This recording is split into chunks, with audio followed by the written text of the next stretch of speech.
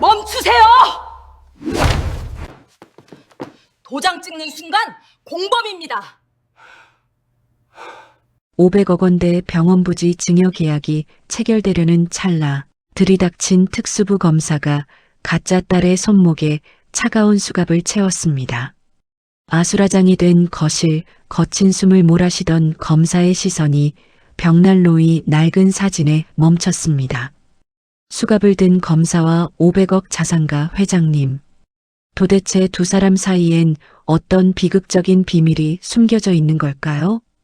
구독과 좋아요로 다음 이야기도 함께 해주세요. 새벽 5시 평창동 대저택은 숨을 죽이고 있었습니다. 수십억짜리 크리스탈 샹들리에가 천장에 매달려 있었지만 불은 꺼져 있었습니다. 이탈리아에서 공수해온 대리석 바닥은 맨발로 디디면 뼈가 시릴 만큼 차가웠죠. 프랑스산 앤티크 가구들이 거실 곳곳에 배치되어 있었지만 그 위에 앉는 사람은 없었습니다. 수백억 원을 들여 지은 저택이었지만 이 집에는 온기라고는 찾아볼 수 없었습니다. 마치 사람이 살지 않는 박물관 같았죠. 아니, 차라리 영안실에 가까웠습니다. 2층 복도 끝, 유독 굳게 닫혀있는 방이 하나 있었습니다. 문패에는 손때 묻은 글씨로 민주의 방이라고 적혀 있었죠. 토끼 스티커, 곰돌이 스티커, 무지개 스티커. 문 가장자리에는 3살배기 아이가 서툰 손으로 붙여놓은 스티커들이 30년째 그대로 붙어 있었습니다. 삐걱. 방문이 열렸습니다. 이영숙. 65의 어머니가 잠옷바람으로 방 안에 들어섰습니다. 흰머리가 듬성듬성 섞인 머리카락은 빗질도 하지 않아 헝클어져 있었죠. 관절염으로 굽어버린 손가락이 벽을 더듬었습니다. 손등에는 핏줄이 푸르게 드러나 있었고 손톱 밑에는 때가 끼어 있었습니다. 한때 재벌가의 안주인으로 손톱 끝 하나 다치지 않던 손이었죠.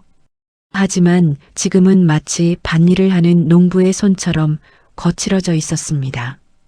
불을 켜지 않았습니다. 30년 동안 매일 밤 이 방을 찾았으니까요. 눈을 감아도 이 방의 모든 것이 손에 잡힐 듯 선명했습니다.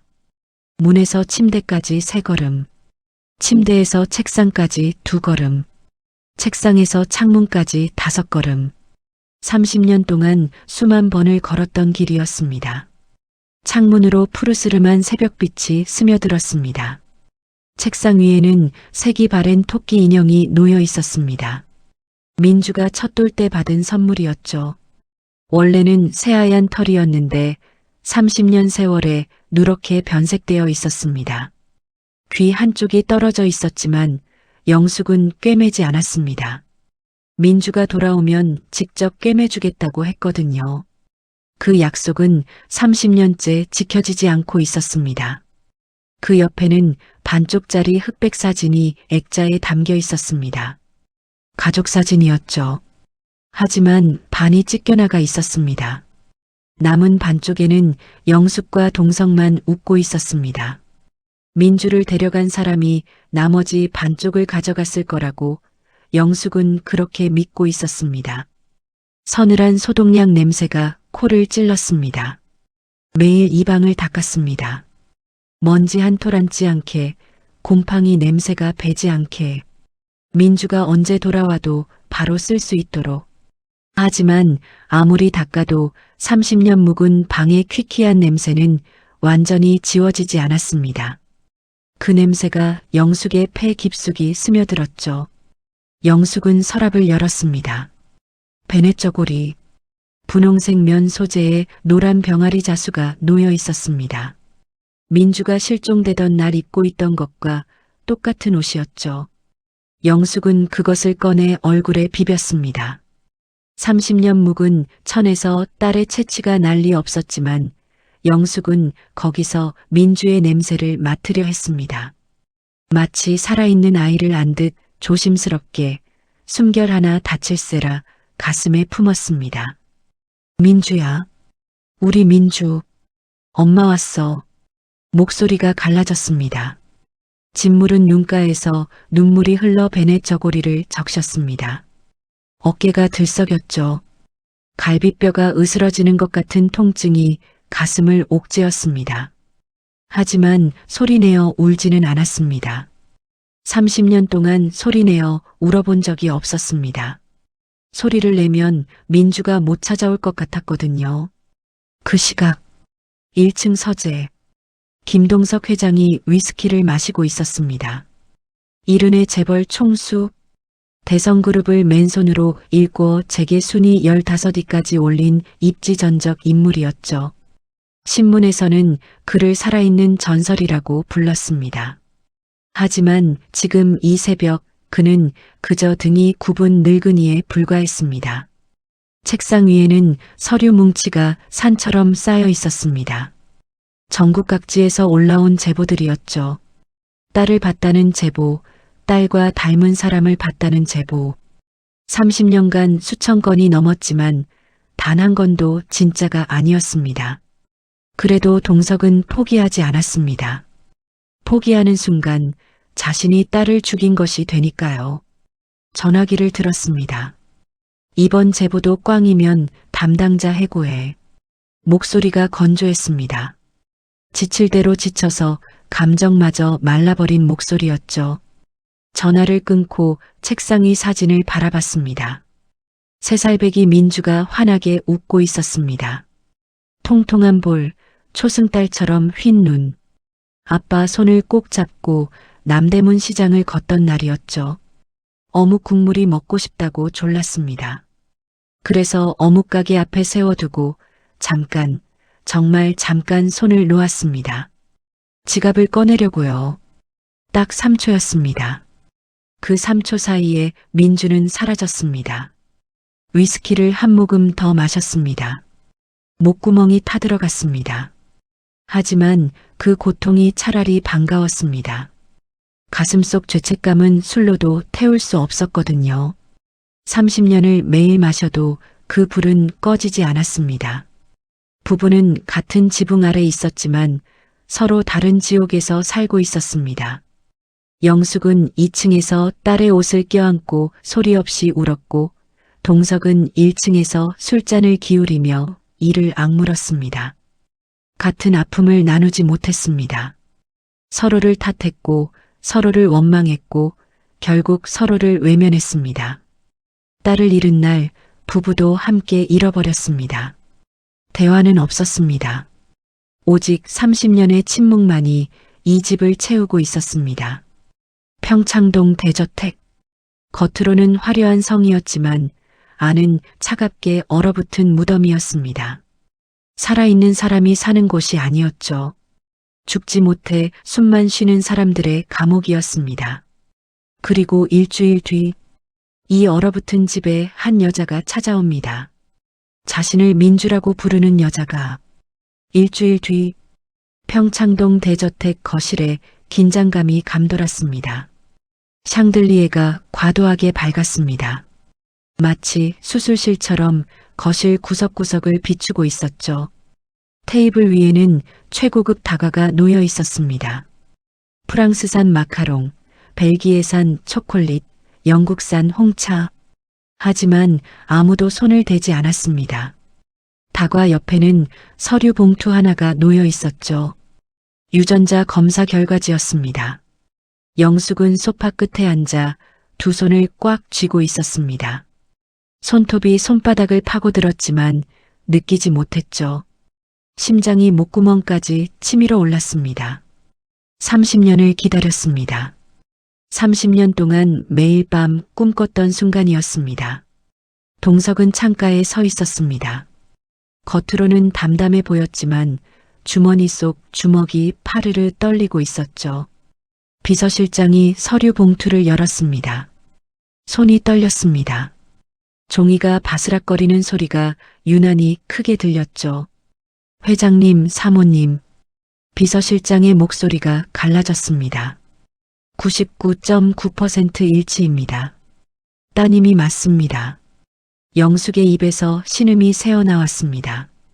두 손으로 입을 틀어막았지만 어깨가 들썩이는 것은 막을 수 없었죠.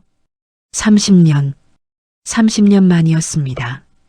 그때였습니다. 현관문이 열렸습니다. 또각, 또각, 또각. 하이힐 소리가 거실로 다가왔습니다. 공기 중에 고급 향수 냄새가 은은하게 퍼졌죠. 달콤하면서도 묵직한 향기였습니다. 수백만 원짜리 프랑스산 향수였죠. 박소연, 33세 여자가 거실로 들어섰습니다. 화려한 미모였습니다. 갸름한 얼굴, 오똑한 코, 붉은 입술, 세련된 샤넬 정장이 완벽하게 몸에 맞았죠. 손에는 고급 닥터백이 들려 있었습니다. 누가 봐도 성공한 전문직 여성이었습니다. 늦어서 죄송해요, 엄마 아빠. 소연이 우아하게 허리를 숙였습니다. 미국 학회 일정이 꼬이는 바람에 비행기를 놓칠 뻔했어요. 목소리는 부드럽고 지적이었습니다. 하지만 눈빛은 달랐죠. 영숙과 동석을 훑어보는 눈, 저택의 가구와 그림을 스캔하는 눈, 차갑게 계산하는 눈이었습니다. 소연은 테이블 위에 명함을 툭 올려놓았습니다. 존스 홉킨스 산부인과 전문의 박소연. 금박으로 새겨진 글씨가 샹들리에 불빛에 반짝였습니다. 영숙이 벌떡 일어났습니다. 민주야. 목소리가 떨렸습니다. 다리에 힘이 풀려 비틀거렸죠. 우리 민주, 정말 우리 민주야? 영숙이 소연에게 다가갔습니다. 떨리는 손으로 소연의 얼굴을 더듬었죠. 볼을, 이마를, 턱을. 마치 눈먼 사람이 처음 보는 것을 만지듯 조심스럽게. 의사가 됐구나. 우리 민주가 의사가 됐어. 엄마 아빠 없이 혼자서 이렇게 훌륭하게 컸구나. 영숙의 눈에서 눈물이 쏟아졌습니다. 30년 동안 참았던 눈물이었죠. 소리내어 울었습니다. 가슴이 찢어지는 통곡이었습니다. 엄마, 울지 마세요. 소연이 영숙을 안았습니다. 하지만 그 순간 소연의 얼굴이 찌푸려졌습니다. 아주 잠깐이었죠. 영숙의 어깨 너머로 보이지 않는 곳에서 그녀의 입꼬리가 비틀렸습니다. 늙은이 냄새, 역겹다는 표정이었습니다. 하지만 금세 지워졌죠. 동석이 다가왔습니다. 이른의 재벌 총수가 눈물을 흘리고 있었습니다. 평생 남들 앞에서 눈물을 보인 적 없는 사람이었죠. 수천 명의 직원 앞에서도 표정 하나 바꾸지 않던 냉혈한이었습니다. 민주야, 아빠, 미안하다. 아빠가 못 찾아서, 30년 동안 못 찾아서 미안해. 동석의 어깨가 떨렸습니다. 목소리가 갈라졌죠. 아니에요, 아빠. 소연이 동석의 손을 잡았습니다. 이렇게 다시 만났잖아요. 그걸로 됐어요. 미소가 완벽했습니다. 효녀의 미소였죠. 하지만 그 눈 속에는 다른 것이 담겨 있었습니다. 500억? 저택? 주식? 부동산? 차갑게 계산하는 숫자들이었습니다. 저녁 식사 자리. 영숙은 연신 소연의 손을 쥐고 놓지 않았습니다. 존스 홉킨스면 미국 최고 아니야? 우리 민주가 거기서 의사가 됐구나. 네, 엄마. 산부인과 전문의예요. 이제 한국에서 환자들 돕고 싶어요. 소연의 대답은 막힘이 없었습니다.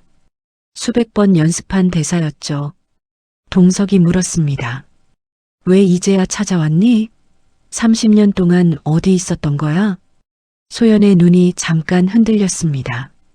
하지만 금세 슬픈 표정을 지었죠. 기억이 없었어요. 어릴 때 사고를 당해서 기억을 잃었대요. 최근에야 조각들이 떠오르기 시작했어요.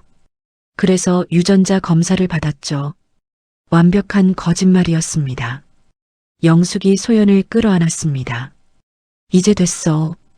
이제 찾았으니까 됐어. 우리 민주 이제 어디 안 가. 여기서 엄마 아빠랑 살아. 네, 엄마. 이제 안 가요. 소연이 미소 지었습니다. 그리고 속으로 생각했죠. 바보들. 30년 동안 딸을 잃어버리고도 정신을 못 차렸군. 500억? 아니, 더 뜯어낼 수 있겠어. 그날 밤, 소연은 객실에서 전화를 걸었습니다. 오빠 나야. 성공이야. 유전자 검사도 통과했어. 전화기 너머로 남자 목소리가 들렸습니다. 수고했어. 500억 다 빼낼 때까지 천천히 해. 들키면 끝이야. 걱정 마. 소연이 창밖을 바라봤습니다. 평창동 야경이 한눈에 들어왔죠. 저 늙은이들 완전히 내 손바닥 아니야. 딸한테 목숨 거는 바보들이거든. 차가운 미소가 번졌습니다. 가짜 딸의 사냥이 시작됐습니다. 그리고 그 사냥감은 자신들이 잡아먹히고 있다는 사실조차 모르고 있었죠. 한 달 뒤 평창동 저택이 달라져 있었습니다. 거실벽에 새 액자가 걸렸습니다. 소연이 하얀 의사 가운을 입고 환하게 웃는 사진이었죠. 목에는 청진기가 걸려 있었고 배경에는 존스 홉킨스 병원 로고가 선명했습니다. 물론 합성이었습니다. 소연은 의사가 아니었으니까요. 전과 아홉범의 사기꾼이었습니다. 하지만 영숙과 동석은 몰랐습니다. 그 사진을 볼 때마다 가슴이 벅차올랐죠. 우리 민주가 의사가 됐어. 엄마 아빠 없이도 이렇게 훌륭하게 컸어. 영숙은 하루에도 몇 번씩 그 사진 앞에 서서 중얼거렸습니다. 눈물을 훔치며 사진 속 딸을 바라봤죠. 식탁에는 건강식 위주의 식단이 차려져 있었습니다. 현미밥, 삶은 채소, 무염 반찬들. 소연이 직접 짠 식단이라고 했죠.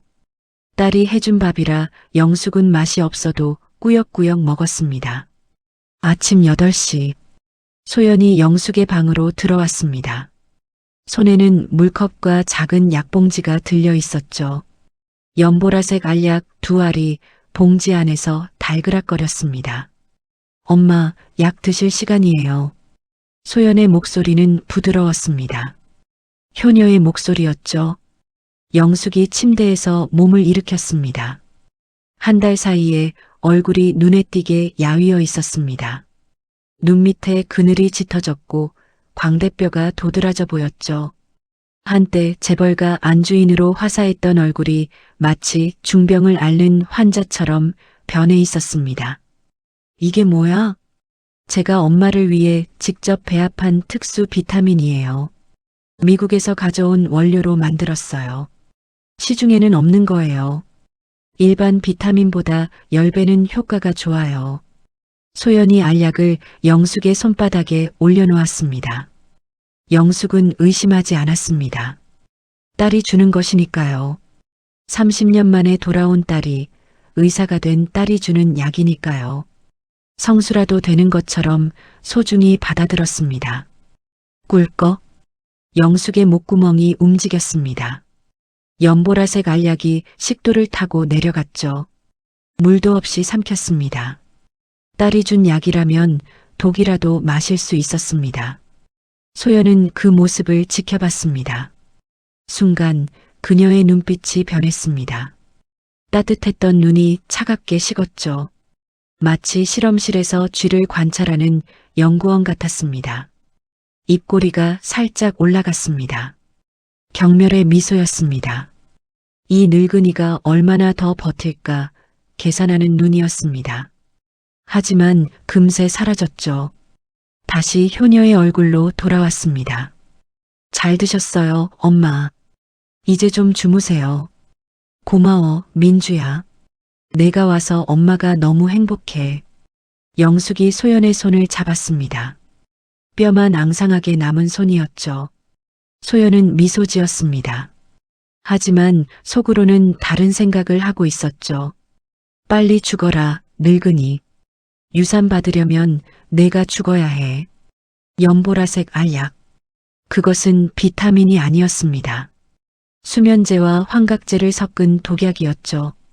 매일 복용하면 서서히 정신이 무너지는 약이었습니다. 중독성이 강해서 끊으면 금단 증상이 왔고 과다 복용하면 심장마비로 죽을 수도 있었습니다. 오후 3시 동석의 서재 소연이 차를 들고 들어왔습니다. 아버지가 좋아하는 보이차였죠. 아빠, 차 드세요. 고맙다, 민주야. 동석이 찻잔을 받았습니다. 소연이 직접 우려준 차라 더 향기로운 것 같았죠. 아빠, 소연이 조심스럽게 입을 열었습니다. 저 한국에 여성 전문 병원을 세우고 싶어요. 병원? 네. 미국에서 공부하면서 느낀 게 많아요. 한국 여성들은 산부인과 가는 것을 부끄러워해요. 그래서 조기 발견을 못하고 병을 키우는 경우가 많죠. 소연의 눈에 눈물이 고였습니다. 연기였습니다. 수십 번 연습한 눈물이었죠. 저도 엄마처럼 딸을 잃어버린 여성들을 많이 봤어요. 불임 치료를 받다가 포기하는 분들도 많고요. 그런 분들을 위한 병원을 세우고 싶어요. 동석의 눈시울이 붉어졌습니다. 목젖이 위아래로 움직였죠. 아빠가 이사장님이 되어주세요. 김동석 이사장의 딸이 세운 여성병원. 아빠 이름을 걸면 더 많은 여성들이 찾아올 거예요. 소연이 동석의 손을 잡았습니다.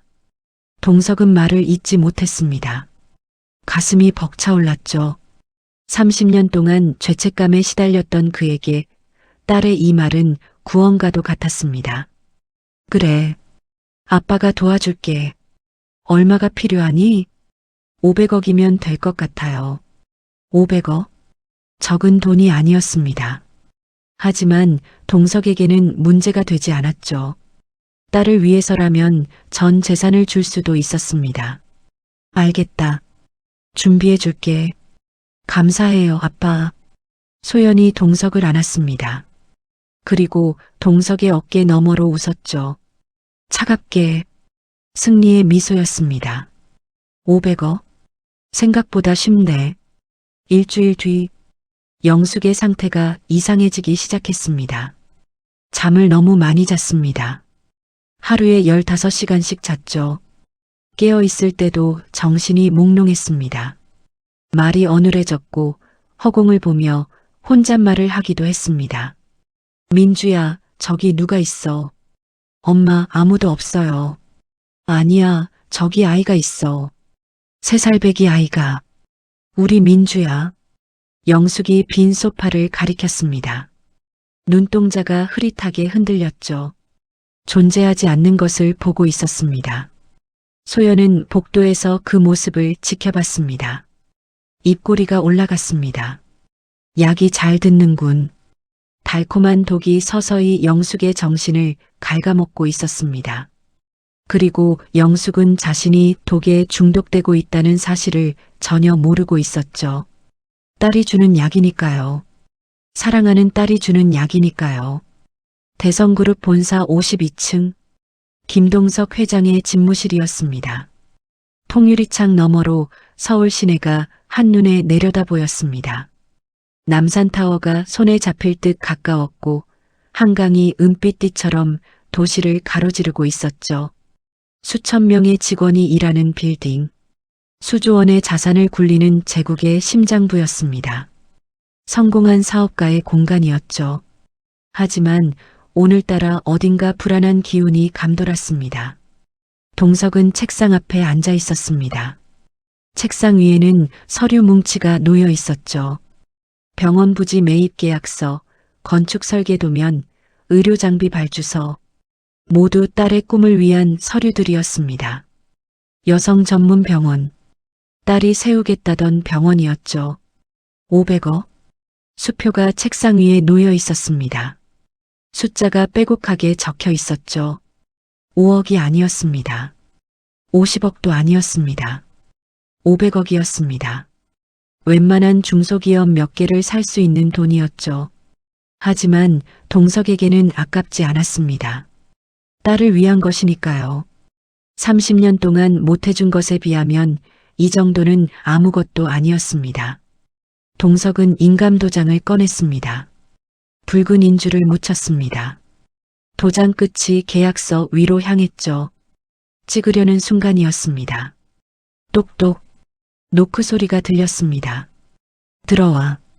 비서실장이 문을 열고 들어왔습니다. 40대 중반의 남자였죠. 20년 넘게 동석 곁을 지켜온 충신이었습니다. 비가 오나 눈이 오나 동석의 그림자처럼 따라다녔죠. 하지만 오늘따라 표정이 어두웠습니다. 이마에 땀이 송글송글 맺혀 있었습니다. 회장님, 보고 드릴 것이 있습니다. 뭔데? 동석의 손이 멈췄습니다. 도장이 계약서 바로 위에서 정지했죠. 비서실장이 서류 한 장을 내밀었습니다. 손이 미세하게 떨리고 있었습니다. 따님의 미국 의사면허 조회 결과입니다. 동석의 눈썹이 꿈틀했습니다.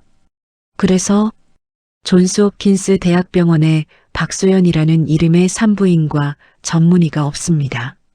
뭐? 동석의 목소리가 낮아졌습니다. 위험한 신호였죠. 폭풍 전야의 저기압 같은 목소리였습니다. 미국 의사 면허 데이터베이스에도 조회가 안 됩니다. 행정상 오류일 수도 있지만 확인이 필요할 것 같습니다. 비서실장의 목소리가 떨렸습니다. 하지만 할 말은 해야 했죠. 20년을 모신 주군을 위해서였습니다.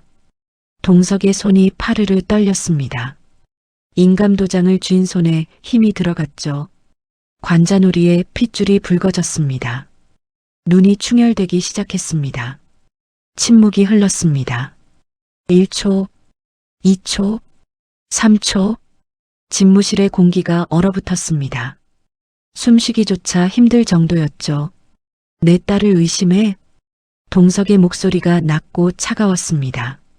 폭풍 전야의 고요함이었죠. 회장님, 저는 단지 내 딸을 의심하냐고. 동석이 책상을 내리쳤습니다. 쾅! 수표와 서류가 바닥에 흩어졌죠.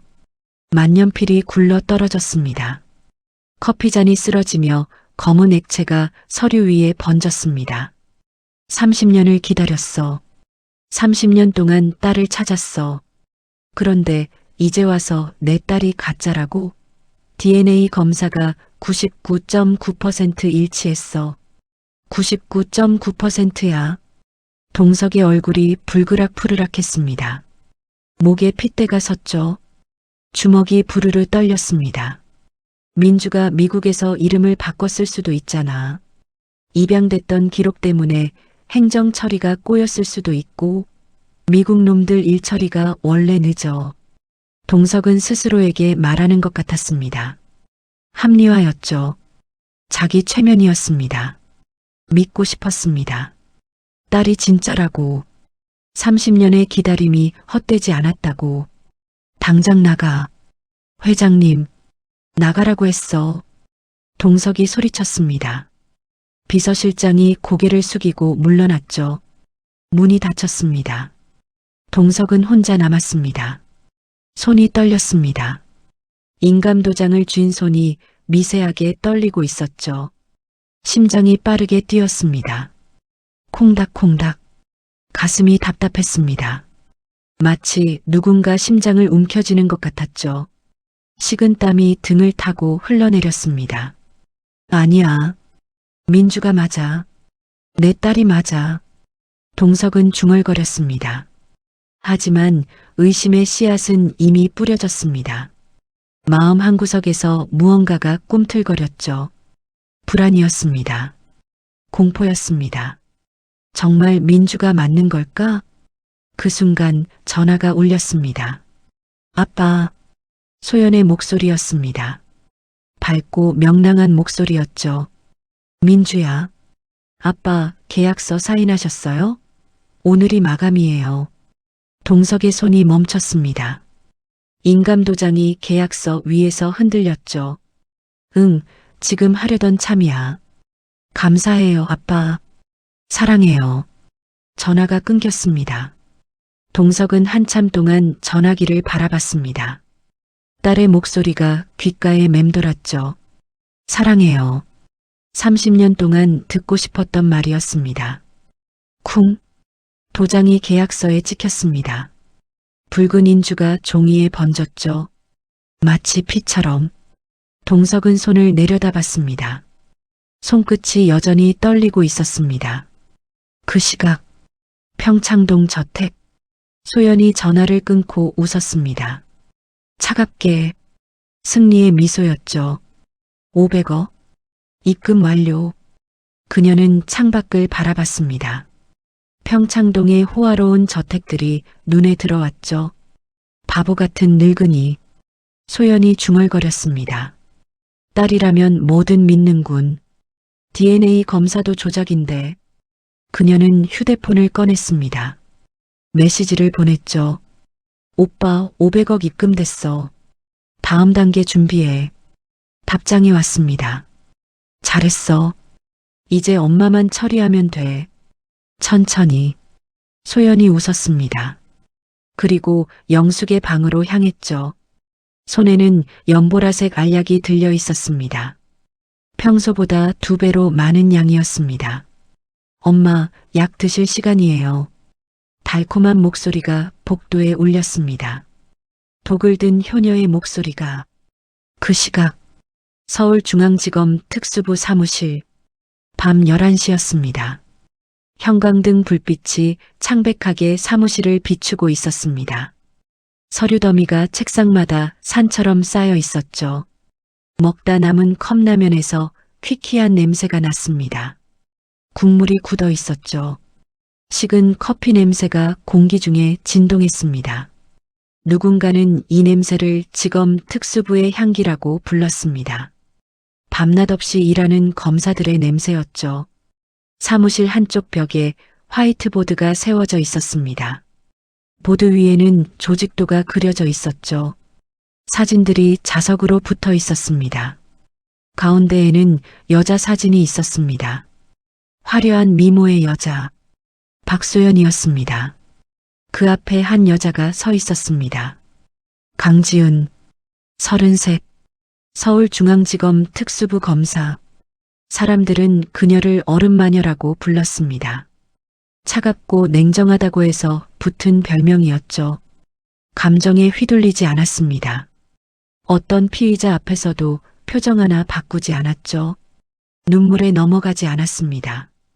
협박에 굴하지 않았습니다.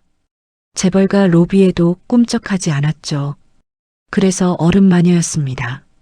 지은은 마커를 들고 화이트보드에 글씨를 썼습니다. 박소연, 전과 9범, 사기, 횡령, 유사수 신행위. 글씨가 삐걱거리며 보드 위에 새겨졌습니다. 노인들한테 가짜 약 먹이고 재산 뺏는 꽃뱀 사기단의 리더. 지은이 중얼거렸습니다. 목소리가 낮고 차가웠죠. 수사관이 다가왔습니다.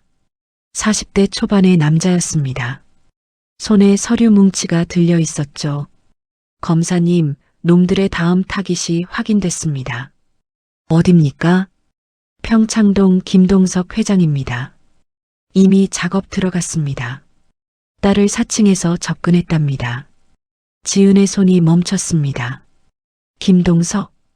익숙한 이름이었습니다. 어디선가 들어본 이름이었죠. 가슴 한구석이 묘하게 뛰었습니다. 설명할 수 없는 감정이었습니다. 대성그룹 회장이요. 30년 전에 딸을 잃어버렸대요. 그 딸을 찾았다고 하더니 그게 박소연이었습니다. 지은의 눈이 좁아졌습니다. 가짜 딸 행세를 하고 있다는 거죠? 네. 놈들이 주로 쓰는 수법입니다. 이번엔 판이 큽니다. 500억을 요구했다고 합니다. 지은은 서류를 받아들었습니다. 김동석 회장의 프로필이 적혀 있었죠. 사진도 있었습니다. 이른의 노인. 하지만 눈빛은 날카로웠습니다. 성공한 사업가의 눈이었죠. 그런데 이상한 일이 있었습니다. 지은의 심장이 빠르게 뛰기 시작했습니다. 콩닥콩닥. 이유를 알 수 없었죠. 그냥 사건 피해자일 뿐인데 왜 이렇게 가슴이 뛰는 걸까요? 지은은 무의식적으로 지갑을 꺼냈습니다. 지갑 안에는 사진 한 장이 있었습니다. 빛바랜 반쪽짜리 사진이었죠. 아기 사진이었습니다. 돌 무렵의 아기. 한복을 입고 웃고 있었습니다. 사진이 반으로 찢겨 있었죠. 아기만 남고 부모는 없었습니다. 이 사진은 지은이 가진 유일한 과거였습니다. 양어머니가 돌아가시기 전에 주셨죠. 이건 내 사진이야. 내 진짜 부모님이 찍어준 거야. 언젠가 찾게 될 거야. 양어머니는 그 말만 남기고 세상을 떠났습니다. 그래서 지은은 알 수 없었죠. 자신의 부모가 누구인지, 왜 자신이 버려졌는지, 아니, 버려진 건지 잃어버린 건지조차. 지은은 서류 속 김동석 회장의 사진을 바라봤습니다. 그리고 자신의 반쪽 사진을 바라봤습니다. 묘한 기시감이 들었습니다. 설명할 수 없는 이끌림이었죠. 검사님? 수사관의 목소리에 지은이 정신을 차렸습니다. 아, 네. 다른 건요? 수사관이 태블릿을 내밀었습니다. 김 회장의 실종 딸 관련 기사입니다. 30년 전 기사예요. 지은은 화면을 봤습니다. 재벌가 딸 실종, 경찰 수사 난항. 기사 사진이 있었습니다. 아기 사진이었죠. 돌잔치 사진 같았습니다. 지은의 숨이 멈췄습니다. 사진 속 아기. 자신의 반쪽 사진 속 아기와 똑같았습니다. 같은 한복, 같은 표정, 같은 배경, 심지어 같은 각도였습니다. 지은의 손이 떨렸습니다. 심장이 미친 듯이 뛰었죠. 머릿속이 하얘졌습니다. 귀가 멍멍해졌습니다. 설마 내가.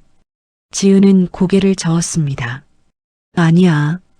우연의 일치일 거야. 세상에 비슷한 사진은 많으니까. 하지만 가슴속에서 무언가가 소리쳤습니다.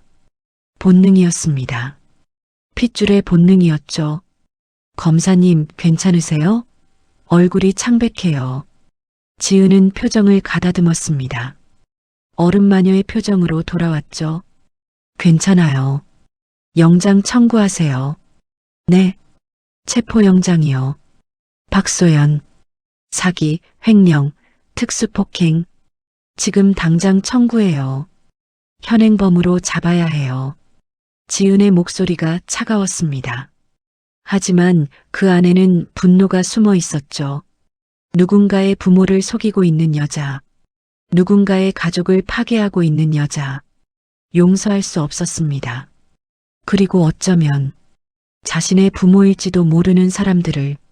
지은은 왼팔을 내려다봤습니다. 소매 아래로 흉터가 보였죠. 화상 흉터였습니다. 어릴 때부터 있었던 흉터였습니다. 어떻게 생겼는지 기억나지 않았죠. 평창동으로 갑니다. 지은이 재킷을 집어들었습니다. 지금 당장 쳐들어가요. 놈들이 도망치기 전에.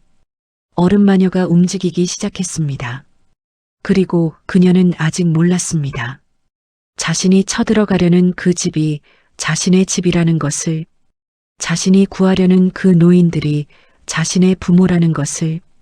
비가 내리고 있었습니다. 평창동 저택 위로 굵은 빗줄기가 쏟아졌습니다. 천둥이 쳤죠. 우르르 쾅. 하늘이 갈라지는 소리였습니다. 번개가 번쩍일 때마다 저택의 창문이 하얗게 빛났습니다. 빗물이 유리창을 타고 흘러내렸죠. 마치 누군가 울고 있는 것 같았습니다. 밤 10시, 영숙의 안방. 조명이 깜빡거렸습니다. 천둥이 칠 때마다 불이 꺼졌다 켜졌죠. 마치 귀신이 나올 것 같은 분위기였습니다. 공기가 축축하고 무거웠습니다. 영숙은 침대에 널브러져 있었습니다. 2달 전과는 완전히 다른 모습이었죠. 얼굴이 해골처럼 말라 있었습니다. 광대뼈가 튀어나왔고 눈은 움푹 들어가 있었죠. 피부가 누렇게 떴습니다. 한때 재벌가 안주인으로 화사했던 여자가 이제는 중환자실 환자처럼 변해 있었습니다. 65이 아니라 80처럼 보였죠. 식은땀이 이마를 타고 흘러내렸습니다. 손이 부들부들 떨렸죠. 온몸에 힘이 없었습니다. 약 기운이 아직 남아 있었습니다. 민주야. 영숙이 힘없이 불렀습니다. 목소리가 갈라졌죠. 약 좀 줄여줘. 속이 너무 쓰려. 위장이 불타는 것 같아. 영숙은 배를 움켜쥐었습니다. 위산이 역류하는 느낌이었죠. 속이 칼로 긁히는 것 같았습니다. 매일 먹는 약 때문이었습니다.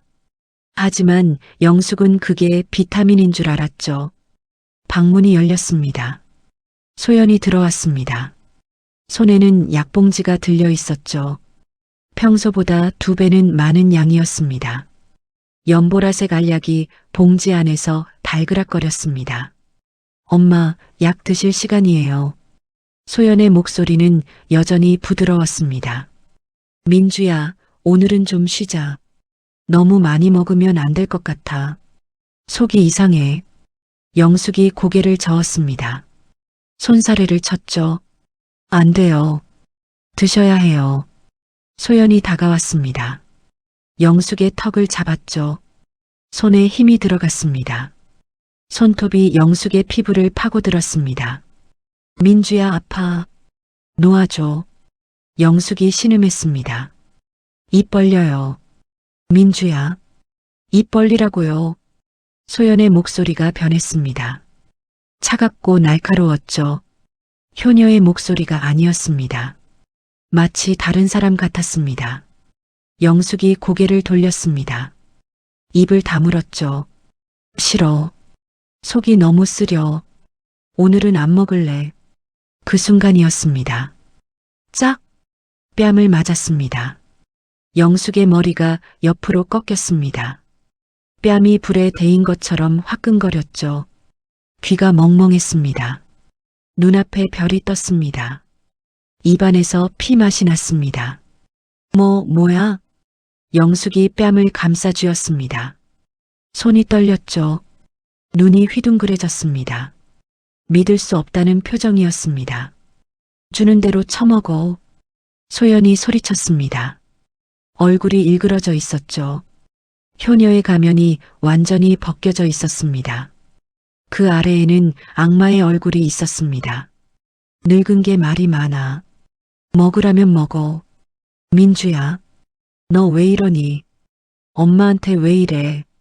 영숙의 눈에서 눈물이 흘러내렸습니다. 공포와 충격이 뒤섞인 눈물이었죠. 민주? 소연이 비웃었습니다. 콧방귀를 뀌었죠. 민주는 얼어 죽을. 나는 민주가 아니야. 이 늙은이야. 뭐라고? 영숙의 얼굴이 하얗게 질렸습니다. 심장이 쿵 하고 내려앉았죠. 내가 누군지 알아? 전과 9범 사기꾼이야. 너희 같은 바보 늙은이들 돈 뜯어먹고 사는 사람이라고. 소연이 웃었습니다. 차갑게, 악마처럼. 그럴 리가. DNA 검사가. 조작이야, 조작. 청소부한테 돈 주고 바꿔치기 했어. 이 멍청한 할망구야. 소연이 영숙의 머리채를 잡았습니다. 영숙이 비명을 질렀죠. 으악, 돈이나 내놔. 500억으로 끝날 줄 알았어? 더 있잖아. 부동산, 주식, 현금. 다 내놔. 아파요. 제발. 영숙이 울부짖었습니다. 머리가 뜯기는 것 같았죠. 두피가 찢어지는 고통이었습니다. 번개가 번쩍였습니다. 천둥이 쳤죠. 우르르 쾅. 조명이 꺼졌습니다. 칠흑 같은 어둠이 방을 삼켰죠. 어둠 속에서 소연의 목소리가 들렸습니다. 조용히 해. 소리 지르면 죽여버린다. 영숙은 이불을 움켜쥐었습니다. 온몸이 떨렸죠. 이가 딱딱 부딪혔습니다. 공포였습니다. 순수한 공포였죠. 30년 동안 기다렸던 딸이 악마였다니. 조명이 다시 켜졌습니다. 소연의 얼굴이 보였습니다. 웃고 있었죠. 하지만 눈은 웃지 않았습니다. 차갑고 잔인한 눈이었습니다. 짐승의 눈이었습니다. 자, 이제 약 먹어요. 엄마. 소연이 알약을 영숙의 입에 억지로 밀어 넣었습니다. 영숙이 캑캑거렸죠. 숨이 막혔습니다. 물을 부었습니다. 영숙이 억지로 삼켰죠. 알약이 식도를 긁으며 내려갔습니다. 유리 조각을 삼킨 것 같았습니다. 잘했어요. 소연이 영숙의 뺨을 톡톡 쳤습니다. 마치 개를 다루듯이 앞으로도 시키는 대로 해. 안 그러면 소연이 손가락으로 목을 긋는 신용을 했습니다. 알겠지? 영숙은 대답하지 못했습니다. 그저 떨기만 했죠. 소연이 방을 나갔습니다. 문이 닫혔죠. 발자국 소리가 멀어졌습니다. 영숙은 혼자 남았습니다. 어둠 속에서 울었습니다. 소리 없이 이불을 입에 물고 흐느꼈죠. 민주야, 진짜 민주야. 어디 있니? 엄마 좀 살려줘. 영숙의 흐느낌이 빈 방에 울려 퍼졌습니다. 천둥이 다시 쳤습니다. 우르르 쾅. 하늘도 우는 것 같았습니다. 그리고 영숙은 알지 못했습니다. 자신의 진짜 딸이 지금 이 순간 영장을 들고 이 집을 향해 달려오고 있다는 것을. 다음 날 대성그룹 본사 회장실, 동석은 책상 앞에 앉아 있었습니다. 손에는 인감 도장이 들려 있었죠. 붉은 인주가 묻은 도장이었습니다. 수십 년간 수조원의 계약서에 찍혔던 도장이었죠. 이 도장 하나로 회사가 살기도 하고 죽기도 했습니다. 책상 위에는 서류가 펼쳐져 있었습니다. 여성 메디컬 센터 건립을 위한 500억 증여 계약서였습니다. 숫자가 빼곡하게 적혀 있었죠. 500억. 평생 모은 재산의 상당 부분이었습니다. 소연이 맞은편에 앉아 있었습니다. 오늘따라 화장이 진했습니다. 눈 밑에 다크서클을 감추려는 것 같았죠. 아니, 일부러 초췌해 보이려고 한 것인지도 몰랐습니다. 효녀의 연기를 위한 분장이었죠. 아빠. 소연이 입을 열었습니다. 목소리가 떨렸죠. 왜 아직 사인 안 하세요? 오늘이 마감이에요. 동석은 대답하지 않았습니다. 인감도장을 만지작거렸죠. 손끝이 미세하게 떨리고 있었습니다. 어젯밤 비서실장이 한 말이 머릿속을 맴돌았습니다. 의사 면허 조회가 안 된다는 말. 비서실장이 옆에 서 있었습니다. 조심스럽게 입을 열었죠. 회장님, 따님의 신원 조회가 아직 완벽하지 않습니다. 미국 의사 면허 확인이 됐어. 동석이 손을 들어 말을 끊었습니다. 그런데도 뭔가 걸렸습니다. 가슴 한구석이 묵직했죠. 설명할 수 없는 불안감이었습니다. 사업가의 본능이 경고를 보내고 있었습니다. 50년 사업을 하며 길러온 직감이었죠. 민주야. 동석이 소연을 바라봤습니다. 500억이면 병원 하나 세우고도 남는 돈이야. 정말 이 돈이 필요한 거니? 소연의 눈이 순간 차갑게 빛났습니다. 하지만 금세 눈물이 고였죠. 연기였습니다. 수백 번 연습한 눈물이었습니다. 아빠, 저 믿지 못하시는 거예요? 그런 게 아니라 저 믿지 못하시는 거죠. 30년 동안 딸을 못 찾으셨으면서 이제 와서 의심하시는 거예요. 소연의 목소리가 높아졌습니다. 눈물이 뺨을 타고 흘러내렸죠. 아빠가 저를 잃어버렸잖아요. 아빠 때문에 저는 30년 동안 혼자 살았어요. 부모 없는 아이로, 고아로. 남들이 부모님 손잡고 다닐 때 저는 혼자 울었어요. 민주야. 동석의 얼굴이 창백해졌습니다. 죄책감이 파도처럼 밀려왔죠. 심장이 쥐어짜이는 것 같았습니다. 숨이 막혔습니다. 저는 아빠한테 500억이 아까운 존재예요? 30년 동안 아빠 없이 산 게 500억도 안 돼요? 소연이 울기 시작했습니다. 어깨가 들썩였죠. 손으로 얼굴을 감쌌습니다. 완벽한 연기였습니다. 물론 가짜 눈물이었습니다. 속으로는 비웃고 있었죠. 이 바보 같은 늙은이. 민주야, 그런 뜻이 아니야. 아빠가 널 의심하는 게 아니라 오늘 입금 안 되면 저 죽어버릴 거예요. 소연이 소리쳤습니다. 갑자기 목소리가 날카로워졌죠. 히스테리였습니다. 계산된 히스테리였습니다.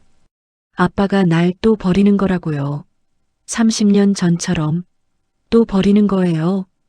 동석의 심장이 쿵 하고 내려앉았습니다. 버린다는 말. 그 말이 비수처럼 가슴에 꽂혔죠. 30년 동안 그를 괴롭혀온 죄책감이 폭발했습니다.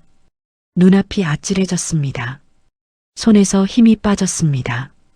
회장님, 비서실장이 조심스럽게 말했습니다. 신원조회가 완료될 때까지만 기다리시면 나가. 회장님, 제 말 좀. 나가라고 했어. 동석이 소리쳤습니다. 책상을 내리쳤죠. 쾅! 서류가 흩어졌습니다. 비서실장이 고개를 숙이고 물러났죠.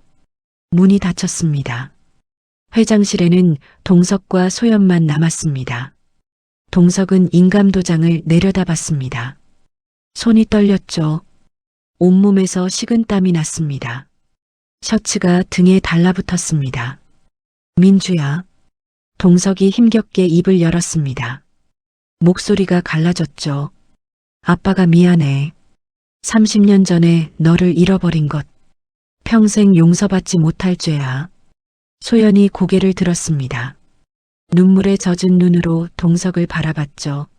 아빠는 너한테 빚진 사람이야. 이 돈으로 그 빚을 갚을 수 있다면. 쿵. 도장이 계약서에 찍혔습니다. 붉은 인주가 종이 위에 선명하게 번졌죠. 마치 피처럼 500억이 소연에게 넘어가는 순간이었습니다. 감사해요, 아빠. 소연이 미소 지었습니다. 눈물을 닦았죠. 하지만 그 눈, 동석을 바라보는 그 눈이 이상했습니다. 딸의 눈이 아니었습니다. 사냥감을 바라보는 포식자의 눈이었죠. 승리의 눈빛이었습니다. 동석은 알아차리지 못했습니다. 죄책감에 눈이 멀어 있었으니까요. 소연이 계약서를 집어들었습니다. 이제 엄마 서명만 받으면 돼요. 오늘 저녁에 집에서 축하 파티할까요? 그래, 그러자. 동석이 힘없이 대답했습니다. 소연이 회장실을 나갔습니다. 문이 닫혔죠. 복도를 걸으며 소연이 웃었습니다. 소리 없이 차갑게 500억? 너무 심대. 바보 같은 늙은이. 소연이 중얼거렸습니다. 이제 엄마만 처리하면 돼. 오늘 저녁 파티 때 끝내버리자. 소연은 휴대폰을 꺼냈습니다. 메시지를 보냈죠. 오빠, 오늘 저녁이야. 준비해. 답장이 왔습니다. 알겠어. 도망칠 준비도 해놔. 소연이 엘리베이터에 올라탔습니다. 문이 닫혔죠. 그녀는 몰랐습니다.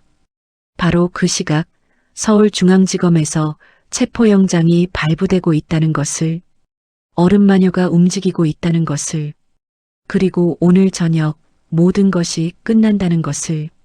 그날 저녁 평창동 저택 거실, 축하 파티가 준비되어 있었습니다.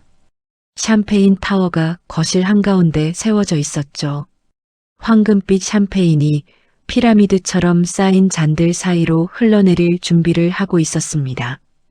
유리잔이 조명 아래서 반짝거렸죠. 옆에는 3단 케이크가 놓여 있었습니다. 흰 생크림 위에 금박 장식이 빛났죠. 축하합니다라는 글씨가 케이크 위에 새겨져 있었습니다. 하지만 분위기가 이상했습니다. 축하 파티라기엔 너무 무거웠죠. 공기가 납덩이처럼 눌렸습니다. 샹들리에 불빛이 너무 밝아서 오히려 섬뜩했습니다. 영숙이 휠체어에 앉아 있었습니다. 아니, 앉아 있다기보다는 늘어져 있었죠. 고개가 옆으로 꺾여 있었습니다. 눈이 반쯤 감겨 있었죠. 입술이 파랗게 질려 있었습니다. 손이 축 늘어져 휠체어 팔걸이 밖으로 떨어져 있었습니다. 마치 인형처럼. 숨소리조차 희미했습니다. 2달 전의 영숙이 아니었습니다. 건강하고 우아했던 재벌가 안주인의 모습은 어디에도 없었죠. 지금 휠체어에 앉아 있는 건 병원 중환자실에서 막 나온 환자 같았습니다. 볼이 꺼지고 눈 밑에 검은 그림자가 드리워져 있었습니다. 소연이 영숙 옆에 서 있었습니다. 오늘은 빨간 드레스를 입고 있었죠. 마치 피처럼 붉은 드레스였습니다. 진주 목걸이가 목을 감고 있었죠. 화려했습니다. 하지만 그 화려함이 섬뜩했습니다. 축하 파티가 아니라 장례식 같았습니다. 동석이 소파에 앉아 있었습니다. 손에는 휴대폰이 들려 있었죠. 은행 앱이 열려 있었습니다. 500억 이체 화면이었습니다. 비밀번호만 입력하면 되는 상태였죠. 숫자 6자리만 누르면 평생 모은 재산의 절반이 사라지는 겁니다. 아빠, 빨리요. 소연이 재촉했습니다. 잠깐만. 동석이 머뭇거렸습니다. 뭔가 이상했습니다. 가슴이 답답했죠. 설명할 수 없는 불안감이 밀려왔습니다. 딸의 축하 파티인데 왜 이렇게 기분이 나쁜 걸까요? 50년 동안 사업을 하며 길러온 직감이 경고를 보내고 있었습니다. 동석은 영숙을 바라봤습니다. 여보, 괜찮아? 영숙은 대답하지 못했습니다. 고개만 끄덕였죠. 힘없이 눈에 초점이 없었습니다. 입술이 달싹거렸지만 소리가 나오지 않았습니다. 엄마는 괜찮아요. 약 먹고 좀 피곤한 거예요. 소연이 대신 대답했습니다. 약? 무슨 약을 이렇게 많이 먹이는 거야? 아내가 왜 저렇게 됐어? 동석이 물었습니다. 목소리에 의심이 섞여 있었죠. 소연의 눈이 순간 차갑게 빛났습니다. 하지만 금세 웃음을 지었죠. 아빠, 제가 의사잖아요. 엄마한테 좋은 거예요.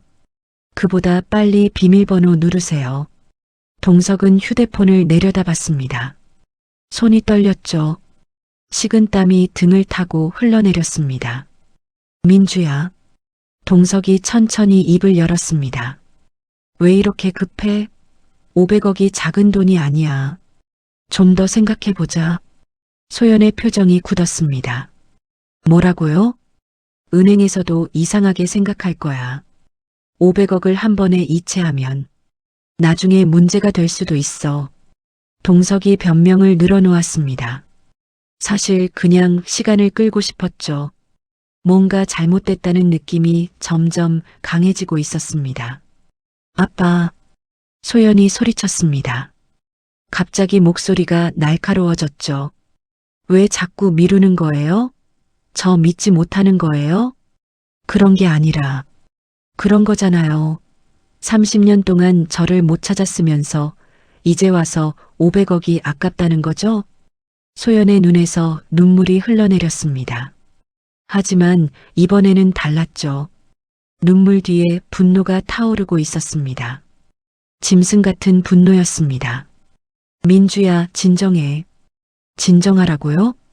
소연이 비웃었습니다. 아빠가 뭘 알아요? 엄마가 왜 저렇게 됐는지 알아요? 소연이 영숙을 가리켰습니다. 다 아빠 때문이에요. 30년 동안 딸을 못 찾아서 미쳐버린 거라고요. 아빠가 무능해서. 동석의 얼굴이 하얗게 질렸습니다. 뭐라고? 엄마가 저 꼴이 된 건 다 무능한 아빠 탓이야. 소연이 소리를 질렀습니다. 얼굴이 일그러져 있었죠. 효녀의 가면이 완전히 벗겨지고 있었습니다. 그 아래에는 악마의 얼굴이 있었습니다. 빨리 내놓으라고. 비밀번호. 동석은 소파에서 일어났습니다. 다리가 후들거렸죠. 이상했습니다. 딸의 목소리가 아니었습니다. 딸의 눈빛이 아니었습니다. 30년 동안 그리워했던 딸이 아니었습니다. 핏줄의 본능이 소리쳤습니다. 이건 내 딸이 아니라고. 너 정말 민주 맞아? 동석이 떨리는 목소리로 물었습니다. 소연이 웃었습니다. 차갑게, 섬뜩하게. 지금 뭐라고 했어요, 아빠? 내 딸 민주가 맞냐고 물었어. 소연이 동석에게 다가왔습니다. 한 걸음, 두 걸음, 하이힐 소리가 대리석 바닥에 울렸죠. 또각, 또각, 아빠. 소연이 동석의 귀에 대고 속삭였습니다. 차가운 숨결이 귀를 스쳤죠. 비밀번호 안 주면 엄마 죽여버릴 거야. 동석의 심장이 멈추는 것 같았습니다. 등골이 오싹해졌죠. 뭐라고? 들었잖아. 비밀번호. 지금 당장. 소연의 눈이 악마처럼 빛났습니다. 동석은 공포에 질렸습니다. 손이 떨렸죠. 휴대폰을 떨어뜨릴 뻔했습니다. 이건 딸이 아니었습니다. 괴물이었죠. 30년 동안 속아왔던 겁니다. 하지만 어떻게 해야 할지 몰랐습니다. 영숙은 휠체어에서 움직이지 못했죠. 자신도 70의 노인이었습니다. 이 괴물을 상대할 수 없었습니다. 비밀번호는 동석이 떨리는 입술을 열었습니다. 바로 그 순간이었습니다. 콱광, 현관문이 박살나듯 열렸습니다. 콱광, 현관문이 박살나듯 열렸습니다. 유리가 깨지는 소리가 울렸죠. 차가운 밤 공기가 거실로 밀려 들어왔습니다. 샹들리에 불빛이 흔들렸죠. 촛불처럼 일렁거렸습니다. 동석과 소연이 동시에 현관을 바라봤습니다. 또각, 또각, 또각. 날카로운 하이힐 소리가 거실을 울렸습니다. 대리석 바닥에 부딪히는 소리였죠. 리듬이 정확했습니다. 군인처럼 어둠 속에서 여자가 걸어 나왔습니다. 검은 정장을 입고 있었죠. 허리까지 내려오는 긴 머리가 바람에 흩날렸습니다. 눈빛이 얼음처럼 차가웠죠. 사람들이 그녀를 얼음마녀라고 부르는 이유를 알 것 같았습니다. 강지은, 서울중앙지검 특수부 검사. 그 뒤로 수사관들이 쏟아져 들어왔습니다. 5명, 10명, 검은 조끼를 입은 남자들이었죠. 손에는 수갑이 들려 있었습니다. 발소리가 쿵쿵 울렸습니다. 뭐야? 소연이 뒤로 물러섰습니다. 얼굴이 하얗게 질렸죠. 거기까지다. 지은이 말했습니다. 목소리가 얼음처럼 차가웠죠. 감정이 없는 목소리였습니다. 박소연.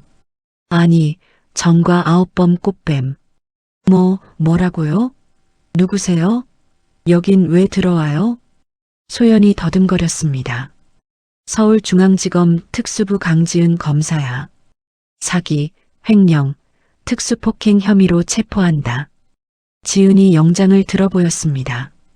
법원 직인이 찍힌 체포영장이었죠. 소연의 눈이 휘둥그레졌습니다. 입술이 파르르 떨렸죠. 하지만 금세 표정이 변했습니다. 독사처럼 날카로워졌죠. 궁지에 몰린 짐승의 눈이었습니다. 뭔 소리예요? 저는 이 집 딸이에요. DNA 검사도 맞았다고요. 조작된 검사 결과지. 칫솔에 묻은 유전자 자체가 내가 심어놓은 거였잖아. 지은이 한 걸음 다가왔습니다. 하이힐 소리가 울렸죠. 또각. 그건. 소연이 뒤로 물러섰습니다. 눈이 미친 듯이 돌아갔죠. 출구를 찾는 눈이었습니다. 도망칠 곳을 찾는 눈이었죠. 그때 소연의 시선이 케이크 칼에 멈췄습니다. 번쩍. 소연이 케이크 칼을 집어들었습니다. 은빛 칼날이 샹들리에 불빛에 반짝였죠. 20cm는 되어 보이는 날카로운 칼이었습니다. 다가오지 마. 소연이 소리쳤습니다. 그리고 휠체어에 앉아있는 영숙에게 달려갔습니다. 엄마. 동석이 비명을 질렀습니다. 다리에 힘이 풀려 소파에 주저앉았죠. 소연이 영숙의 목에 칼을 들이댔습니다. 차가운 칼날이 영숙의 목을 스쳤죠. 영숙이 신음했습니다. 눈이 공포로 휘둥그레졌죠. 입술이 파랗게 질렸습니다. 한 발짝만 더 오면 이 할망구 목을 딴다. 소연이 소리쳤습니다. 얼굴이 일그러져 있었죠. 효녀의 가면은 완전히 사라졌습니다. 그 아래에는 짐승이 있었습니다. 미친 짐승이었죠. 수사관들이 멈췄습니다. 지은도 멈췄죠. 하지만 지은의 눈은 멈추지 않았습니다. 소연을 바라보고 있었죠.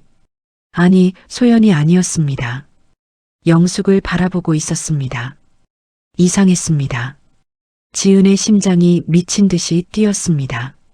설명할 수 없는 감정이었죠. 저 여자가 다치면 안 된다는 본능이었습니다. 핏줄의 본능이었죠. 왜 그런지 몰랐습니다. 그냥 그랬습니다. 칼 내려놔. 지은이 말했습니다. 목소리가 떨렸죠. 뭐? 인질 풀어. 그러면 감형해 줄게. 소연이 비웃었습니다. 거짓말. 내가 바보인 줄 알아? 거짓말 안 해. 검사가 약속하면 지켜. 지은이 한 걸음 다가왔습니다. 오지 마. 소연이 칼을 더 세게 눌렀습니다. 영숙의 목에서 핏줄이 붉어졌죠. 가느다란 피가 흘러내렸습니다. 빨간 피가 흰 잠옷을 적셨습니다. 영숙이 신음했습니다. 눈에서 눈물이 흘러내렸죠. 지은의 눈이 붉게 물들었습니다. 분노였죠. 순수한 분노였습니다. 이성을 집어삼키는 분노였습니다. 저 여자를 다치게 하면 죽여버린다. 지은이 낮게 으르렁거렸습니다. 뭐? 소연이 당황했습니다. 검사의 눈빛이 이상했죠. 단순한 직업적 의무감이 아니었습니다. 그 이상의 무언가가 있었습니다. 바로 그 순간이었습니다. 지은이 움직였습니다. 빠르게, 번개처럼, 한 걸음, 두 걸음, 세 걸음, 소연이 칼을 휘둘렀습니다. 하지만 늦었죠. 지은의 손이 소연의 손목을 잡았습니다. 꽉! 뼈가 부러질 것 같은 힘이었죠. 으악! 소연이 비명을 질렀습니다. 칼이 바닥에 떨어졌죠. 쨍그랑! 지은이 소연의 팔을 비틀었습니다. 그리고 업어치기로 바닥에 내팽개쳤죠. 쿵! 소연의 등이 대리석 바닥에 부딪혔습니다. 숨이 턱 막히는 소리가 났죠. 캑! 와장창! 샴페인 타워가 무너졌습니다. 유리잔이 산산조각이 났죠. 황금빛 샴페인이 바닥에 쏟아졌습니다. 유리 조각이 사방으로 튀었죠. 지은이 소연의 등 위에 올라탔습니다. 무릎으로 소연의 척추를 눌렀죠. 꼼짝 마. 지은이 수갑을 꺼냈습니다. 철컥. 소연의 손목에 수갑이 채워졌죠. 아, 놓으라고. 내가 누군지 알아? 소연이 발버둥 쳤습니다. 유리 조각에 뺨이 긁혔죠. 피가 났습니다. 알아. 정과 아홉범 사기꾼. 지은이 차갑게 말했습니다. 그리고 고개를 돌렸습니다. 영숙을 바라봤죠. 영숙은 휠체어에서 축 늘어져 있었습니다. 목에서 피가 흐르고 있었죠. 하지만 눈은 떠 있었습니다. 지은을 바라보고 있었죠. 이상했습니다. 지은의 눈에서 눈물이 흘러내렸습니다. 왜 우는지 몰랐습니다. 그냥 눈물이 났죠. 저 여자를 보자마자 눈물이 났습니다. 가슴이 찢어지는 것 같았습니다. 괜찮으세요? 지은이 물었습니다. 목소리가 떨렸죠. 영숙은 대답하지 못했습니다. 그냥 지은을 바라봤습니다. 눈에서 눈물이 흘러내렸죠.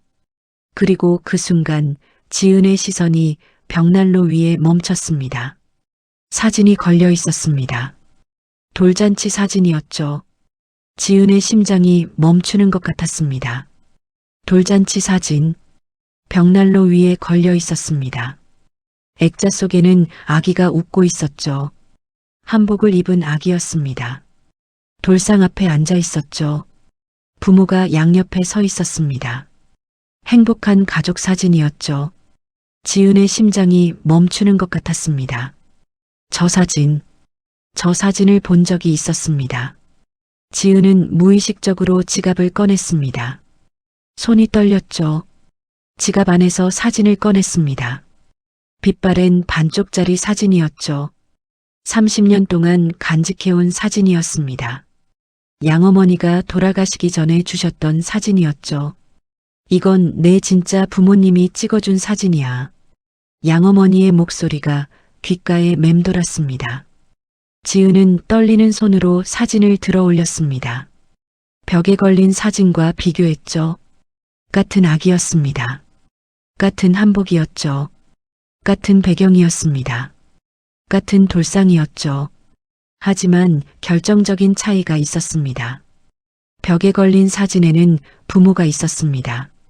지은의 사진에는 아기만 있었죠. 사진이 반으로 찢겨 있었으니까요. 지은은 천천히 사진을 벽에 걸린 액자에 가져다 댔습니다. 손이 떨렸습니다. 심장이 미친 듯이 뛰었죠. 찢어진 단면이 맞닿았습니다.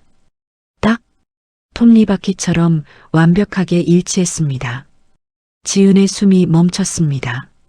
세상이 멈춘 것 같았죠. 소리가 사라졌습니다. 시간이 멈췄습니다. 저 아기가 나였어. 지은의 입술이 떨렸습니다. 저 부모가 내 부모였어. 그 순간 지은의 블라우스 소매가 찢어진 것이 보였습니다. 소연과 몸싸움을 하면서 찢어진 것이었죠. 실크 천이 너덜너덜해져 있었습니다. 그리고 그 아래로 흉터가 드러났습니다. 왼쪽 팔뚝의 화상 흉터. 어릴 때부터 있었던 흉터였습니다. 어떻게 생겼는지 기억나지 않았죠. 양어머니도 모른다고 하셨습니다. 동석이 그 흉터를 봤습니다. 얼굴이 하얗게 질렸죠. 눈이 휘둥그레졌습니다.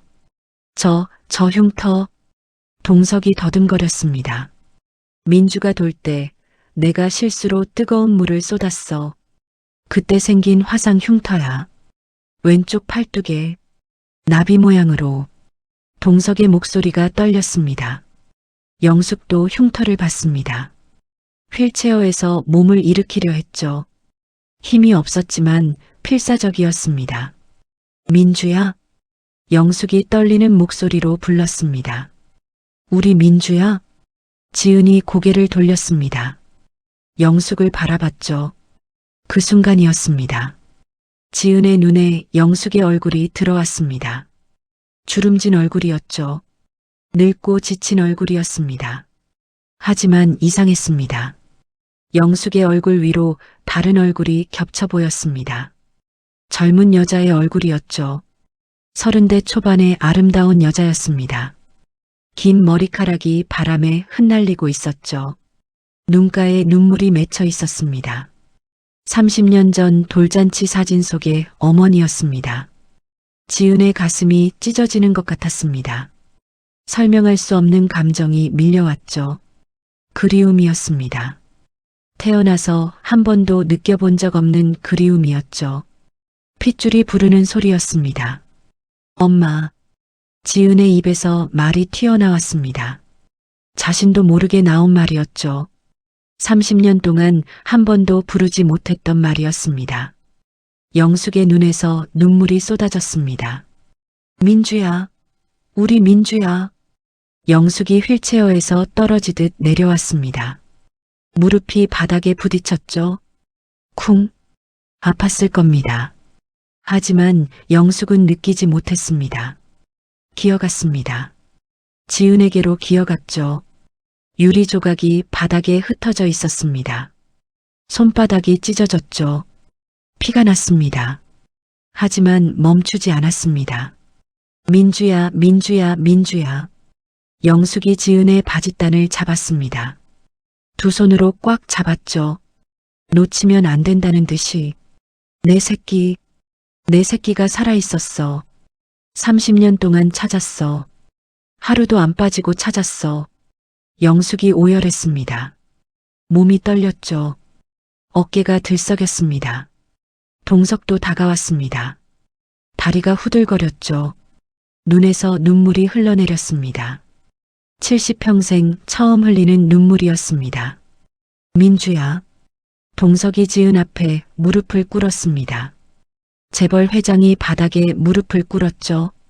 내가 널 잃어버렸어. 30년 전에. 내 잘못이야. 아빠 잘못이야. 동석의 목소리가 갈라졌습니다. 내 새끼를 내가 내 손으로 몰라봤어. 가짜한테 속으면서 진짜는 못 알아봤어. 아빠를 용서해줘. 동석이 고개를 숙였습니다. 이마가 바닥에 닿을 것 같았죠. 지은의 눈에서 눈물이 흘러내렸습니다. 어른마녀라고 불렸던 검사였습니다. 감정에 휘둘리지 않는다고 자부했죠. 하지만 지금은 달랐습니다. 30년 동안 기다려온 순간이었습니다. 30년 동안 꿈꿔왔던 순간이었죠. 부모님, 지은이 무릎을 꿇었습니다. 세 사람이 바닥에 엉켜 울었습니다. 유리 조각 위에서, 샴페인이 흥건한 바닥에서, 아수라장이 된 거실에서, 하지만 그 순간만큼은 세상에서 가장 아름다운 장면이었습니다. 30년 만의 재회였습니다. 바닥에 눌려있던 소연이 소리쳤습니다. 거짓말이야. 저 여자가 가짜라고. DNA 검사가. 지은이 고개를 돌렸습니다. 차갑게 소연을 바라봤죠. DNA 검사? 조작된 검사 말이야? 지은이 품에서 서류를 꺼냈습니다. 여기 진짜 검사 결과가 있어. 내 DNA와 김동석 회장, 이영숙 여사의 DNA. 99.99% 일치. 소연의 얼굴이 창백해졌습니다. 끌어내. 지은이 명령했습니다. 수사관들이 소연을 끌어냈습니다. 소연이 발버둥 쳤죠. 비명을 질렀습니다. 놓으라고. 내가 누군지 알아. 하지만 아무도 듣지 않았습니다. 소연이 현관 밖으로 끌려나갔습니다. 문이 닫혔죠. 거실에는 세 사람만 남았습니다. 아버지, 어머니, 딸, 30년 만에 다시 만난 가족이었습니다. 거실이 조용해졌습니다. 수사관들이 소연을 끌고 나간 뒤였죠. 샴페인이 흥건한 바닥 위에 세 사람만 남아 있었습니다. 유리 조각이 조명 아래서 반짝거렸죠. 마치 별처럼. 깨진 샴페인 타워의 잔해가 사방에 흩어져 있었습니다. 지은이 먼저 일어났습니다. 무릎에 묻은 샴페인을 털었죠. 검사의 표정으로 돌아왔습니다. 어른마녀의 얼굴이었죠. 하지만 눈가는 아직 젖어 있었습니다. 목소리도 미세하게 떨리고 있었죠. 설명드릴 게 있습니다. 지은이 품에서 서류 봉투를 꺼냈습니다. 두꺼운 봉투였죠. 수사 자료가 가득 들어 있었습니다. 이건 박소연 일당의 범행 수법입니다. 지은이 서류를 펼쳤습니다. 동석과 영숙이 고개를 들었죠. 눈물에 젖은 눈으로 서류를 바라봤습니다. 박소연은 전과 9범 사기꾼입니다. 노인들을 대상으로 가짜 딸 행세를 하며 재산을 빼앗는 수법을 써왔죠. 이번이 7번째 범행이었습니다. 동석의 얼굴이 일그러졌습니다. 7번째? 네. 이전 피해자 6명 중 4명이 사망했습니다. 약물 과다 투여로. 영숙이 숨을 들이켰습니다. 손이 떨렸죠. 얼굴이 하얗게 질렸습니다. 저도 죽을 뻔했던 거예요? 네. 지은의 목소리가 떨렸습니다. 잠깐 말을 멈췄죠. 감정을 추스르는 것 같았습니다. 주먹을 꽉 쥐었습니다. 어머니가 드신 약은 수면제와 환각제가 섞인 독약이었습니다. 3개월만 더 드셨으면 신장과 간이 망가졌을 겁니다. 회복 불가능한 상태가 됐을 거예요. 영숙이 손으로 입을 막았습니다. 눈에서 눈물이 흘러내렸죠. 온몸이 떨렸습니다. 그런데 DNA 검사는요? 동석이 물었습니다. 목소리가 갈라졌죠. 99.9% 일치라고 했잖아요. 그게 어떻게... 조작이었습니다. 지은이 다른 서류를 꺼냈습니다. 청소부의 자백서였죠. 박소연은 이 집에 청소부를 심어 놓았습니다. 3개월 전부터요. 그 청소부가 어머니와 아버지의 칫솔을 빼돌렸습니다. 그리고 그 자리에 박소연의 유전자와 일치할 수밖에 없는 박소연 친모의 칫솔을 갖다 놨습니다. 동석의 눈이 휘둥그레졌습니다. 박소연의 검체와 박소연 친모의 검체를 대조했으니 당연히 친자로 나올 수밖에 없었던 겁니다. 검사 대상 자체가 가짜였으니까요.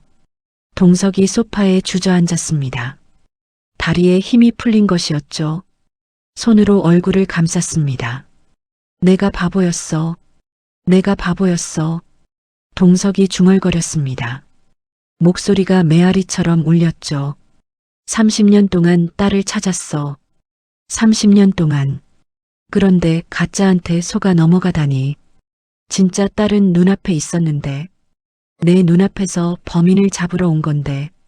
동석의 어깨가 떨렸습니다. 흐느끼는 소리가 새어나왔죠. 70평생 처음 흘리는 눈물이었습니다. 재벌 회장이 아이처럼 울었습니다. 체면도 자존심도 없었습니다. 지은은 그런 동석을 바라봤습니다. 가슴이 아팠습니다. 30년 동안 자신을 찾았다는 말, 30년 동안 포기하지 않았다는 말, 그 말이 가슴에 박혔습니다. 비수처럼 지은이 서류 하나를 더 꺼냈습니다. 이건 진짜 DNA 검사 결과입니다. 지은이 동석에게 서류를 건넸습니다. 동석이 떨리는 손으로 서류를 받았죠. 눈물에 젖은 눈으로 글씨를 읽었습니다. 손이 바들바들 떨렸습니다.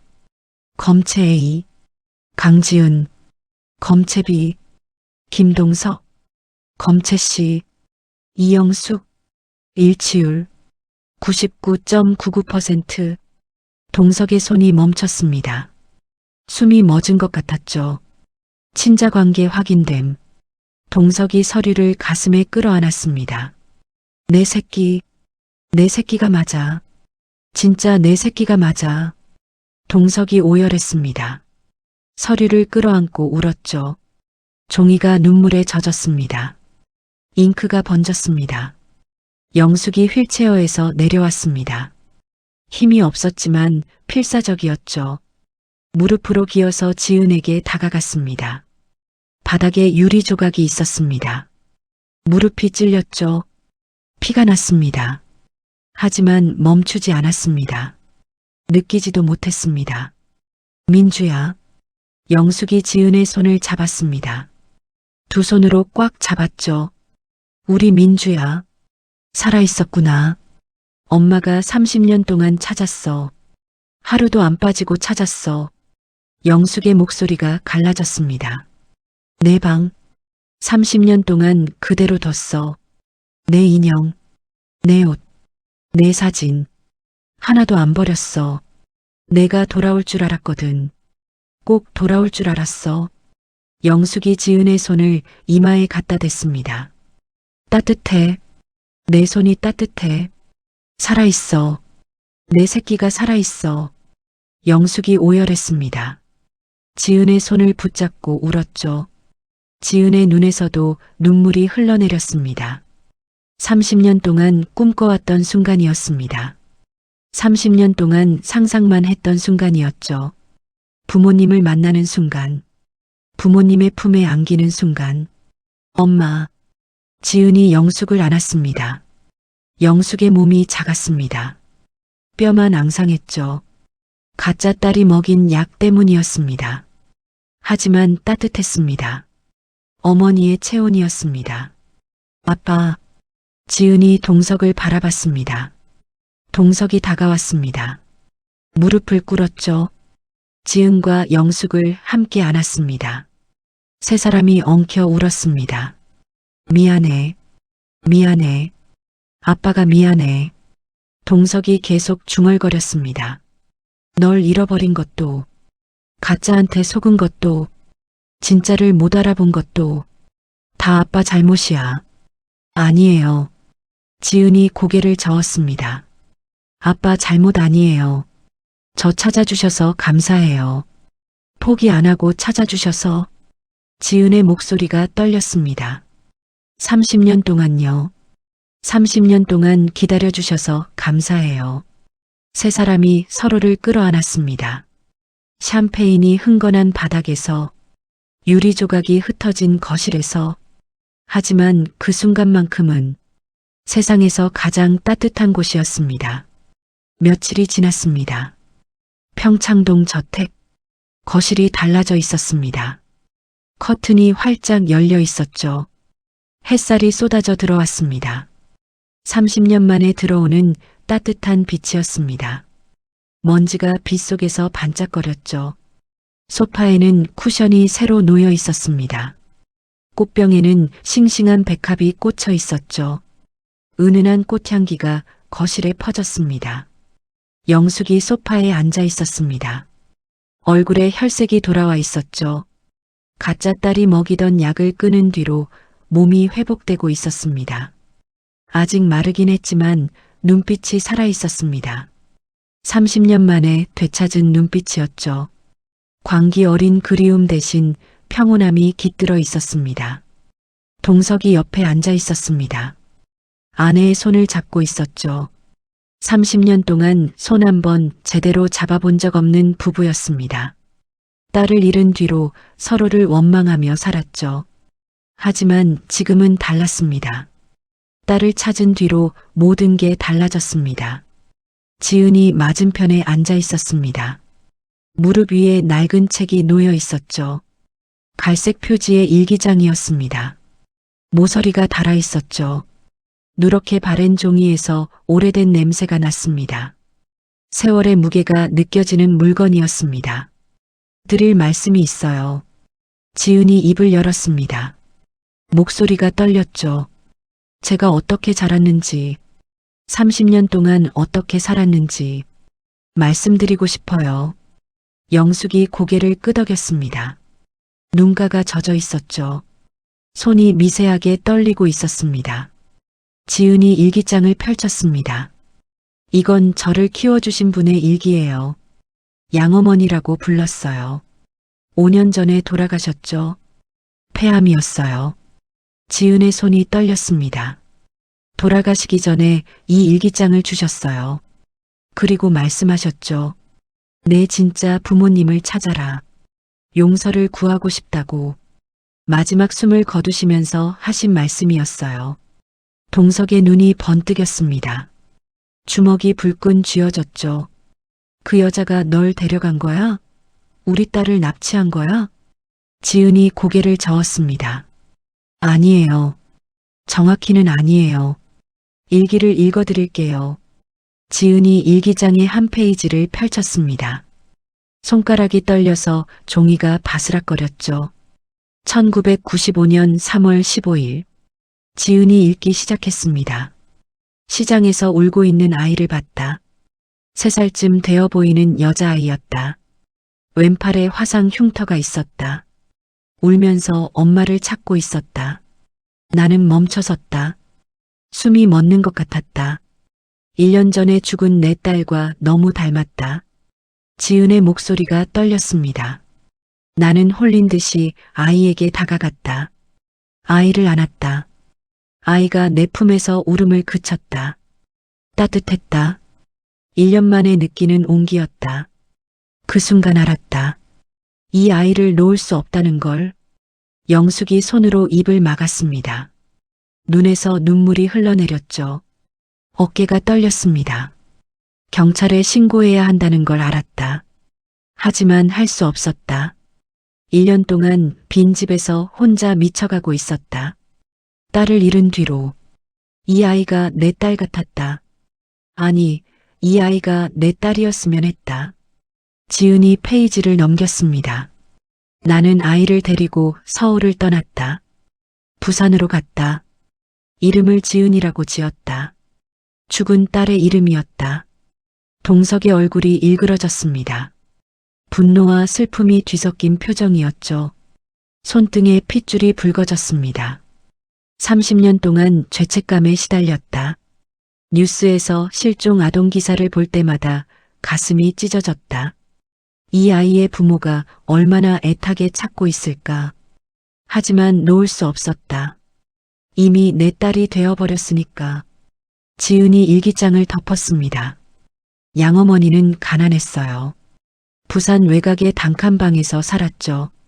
하지만 저를 굶긴 적이 없었어요. 새벽 4시에 일어나서 식당 설거지를 하고 낮에는 공장에서 일했어요. 밤에는 과외 삼아 제게 글씨를 가르쳐 주셨죠. 지은의 눈에서 눈물이 흘러내렸습니다. 제가 검사가 될 수 있었던 건 양어머니 덕분이에요. 평생 모은 돈을 다 제 학비로 쓰셨어요. 돌아가실 때 통장에 20만 원밖에 없었어요. 장례 비용도 없었죠. 영숙이 흐느꼈습니다. 양어머니가 나쁜 사람이 아니었다는 건 알아요. 하지만 우리 30년 동안 지옥이었어. 영숙의 목소리가 갈라졌습니다. 하루도 안 빠지고 울었어.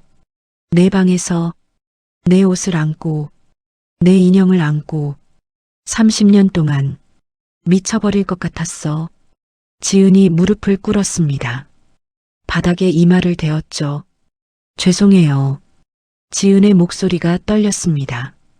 양어머니 대신 제가 사죄드릴게요. 30년의 고통을 들여서 죄송해요. 동석이 지은을 일으켰습니다. 일어나. 내 잘못이 아니야. 동석의 목소리도 떨리고 있었죠. 내가 사과할 일이 아니야. 너도 피해자야. 3살짜리 아이가 무슨 죄가 있어. 하지만 지은이 고개를 들었습니다. 양어머니도 미워하지 말아주세요. 그분도 딸을 잃은 어머니였어요. 미쳐버린 어머니였죠. 저를 사랑해 주셨어요. 진심으로. 영숙이 지은의 손을 잡았습니다. 오랫동안 아무 말도 하지 않았습니다. 침묵이 거실을 채웠죠. 그리고 천천히 입을 열었습니다. 그 사람이 너를 살려줬구나. 영숙의 목소리가 떨렸습니다. 시장에서 울고 있던 내가 얼어 죽을 수도 있었는데 그 사람이 데려가서 키워줬구나. 30년 동안 지켜줬구나.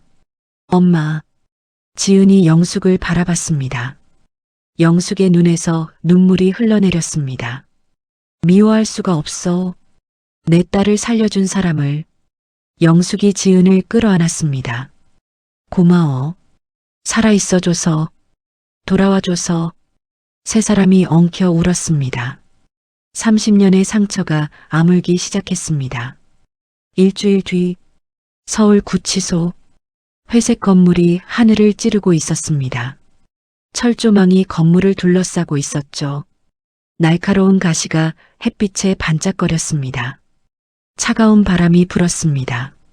스산한 공기가 감돌았죠. 어딘가에서 철문이 닫히는 소리가 울렸습니다. 지은이 구치소 앞에 서 있었습니다. 검은 정장을 입고 있었죠. 머리를 단정하게 묶고 있었습니다. 얼굴에는 감정이 없었습니다. 어른마녀의 얼굴이었죠. 손에는 서류 가방이 들려 있었습니다. 면회 신청하러 왔습니다. 수용자 박소연. 지은이 접수처에 말했습니다. 교도관이 고개를 끄덕였죠. 접견실로 안내해드리겠습니다. 지은이 긴 복도를 걸었습니다. 형광등 불빛이 창백했죠. 소독약 냄새가 코를 찔렀습니다. 철문이 열리고 닫히는 소리가 울렸습니다. 쿵, 쿵, 쿵. 발소리가 메아리 쳤습니다. 어딘가에서 누군가의 울음소리가 희미하게 들렸죠. 접견실 문이 열렸습니다. 작은 방이었죠. 가운데 유리벽이 있었습니다. 양쪽에 의자가 하나씩 놓여 있었죠. 전화기가 벽에 걸려 있었습니다. 유리벽에는 긁힌 자국이 가득했습니다. 지은이 의자에 앉았습니다. 잠시 후 반대편 문이 열렸습니다. 소연이 들어왔습니다. 지은은 소연을 바라봤습니다. 얼굴이 완전히 달라져 있었습니다. 화려했던 미모는 어디에도 없었죠. 화장기 없는 얼굴이 창백했습니다. 눈 밑에 검은 그림자가 드리워져 있었죠. 뺨이 푹 꺼져 있었습니다. 입술이 갈라져 피가 맺혀 있었죠. 머리카락은 기름지고 헝클어져 있었습니다. 샤넬 정장 대신 회색 수의를 입고 있었습니다. 번호가 가슴에 붙어 있었죠. 검은 숫자가 선명했습니다. 수갑이 손목에 채워져 있었습니다. 걸을 때마다 철컥거리는 소리가 났죠. 소연이 의자에 앉았습니다. 전화기를 들었죠. 지은도 전화기를 들었습니다. 오랜 침묵이 흘렀습니다. 소연이 먼저 입을 열었습니다. 왔구나. 소연의 목소리가 갈라져 있었습니다. 예전의 우아한 목소리가 아니었죠. 긁히는 듯한 목소리였습니다. 목이 쉬어 있었습니다. 할 말이 있어서 왔어. 지은이 차갑게 말했습니다. 소연이 웃었습니다. 비굴한 웃음이었죠. 나도 할 말이 있어. 들어줄래? 지은은 대답하지 않았습니다. 그냥 바라봤죠. 차가운 눈으로. 소연이 몸을 앞으로 숙였습니다. 유리벽에 이마가 닿을 것 같았죠. 합의해줘. 소연이 말했습니다. 뭐? 합의해줘. 부모님한테 말해서 고소 취하해달라고. 제발. 지은의 눈이 가늘어졌습니다. 왜 내가 그래야 하지? 소연이 비굴하게 웃었습니다. 이빨 사이로 침이 흘렀죠. 우리 자매 같은 거잖아. 같은 부모 밑에서 자란 건 아니지만 2달 동안이라도 난 내 언니였어. 가족이었다고. 지은의 표정이 굳었습니다. 가족? 응. 가족. 그러니까 봐줘. 한 번만. 나도 어쩔 수 없었어. 돈이 필요했거든. 빚이 너무 많았어. 어쩔 수 없었다고. 소연의 눈에서 눈물이 흘러내렸습니다. 하지만 연기처럼 보였죠. 가짜 눈물이었습니다. 평생 가짜로 살아온 여자의 눈물이었죠. 지은이 전화기를 꽉 쥐었습니다. 손가락이 하얗게 질렸죠. 어쩔 수 없었다고? 지은의 목소리가 낮아졌습니다. 우리 어머니한테 독약 먹인 게 어쩔 수 없었어? 매일 밤 때리고 협박한 게 어쩔 수 없었어? 30년 동안 딸을 찾던 부모님 마음에 칼을 꽂은 게 어쩔 수 없었어? 소연의 얼굴이 굳었습니다. 그건 넌 자매가 아니야. 지은이 차갑게 말했습니다. 얼음처럼 넌 내 부모님의 마음에 기생한 기생충이야. 30년의 그리움을 이용해서 돈을 뜯어먹으려 한 기생충. 인간도 아니야. 소연의 얼굴이 일그러졌습니다. 아, 너도 똑같아. 넌 뭔데? 30년 동안 어디서 뭘 하다가 이제 와서 딸 행세야? 소연이 소리쳤습니다. 얼굴이 붉게 달아올랐죠. 목에 핏줄이 붉어졌습니다. 나는 적어도 그 집에서 2달이나 살았어. 부모님이랑 밥도 먹고 얘기도 하고. 넌 뭘 했는데? 지은은 표정을 바꾸지 않았습니다. 그래. 넌 2달 동안 딸 행세를 했지.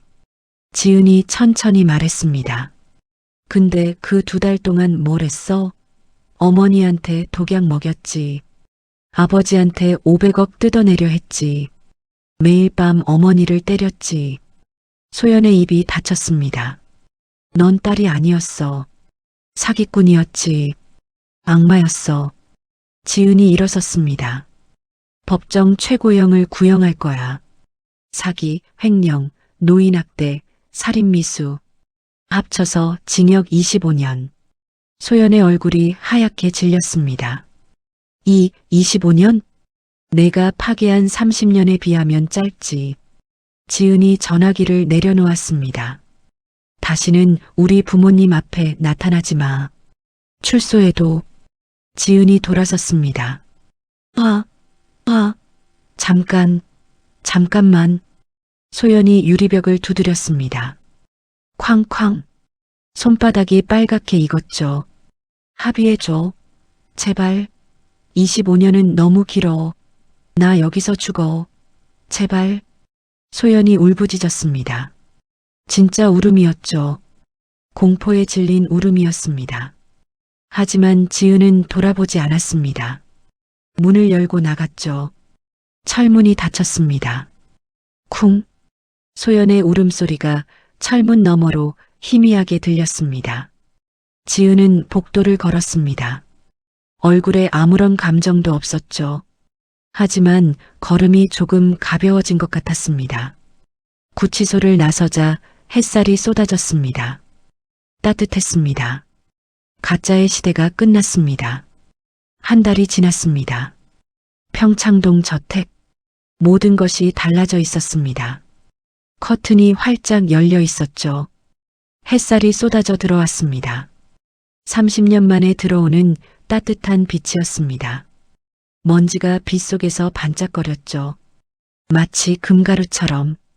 차가웠던 저택이 처음으로 따뜻해 보였습니다. 거실 벽에는 새 사진이 걸려 있었습니다. 세 사람의 가족 사진이었죠.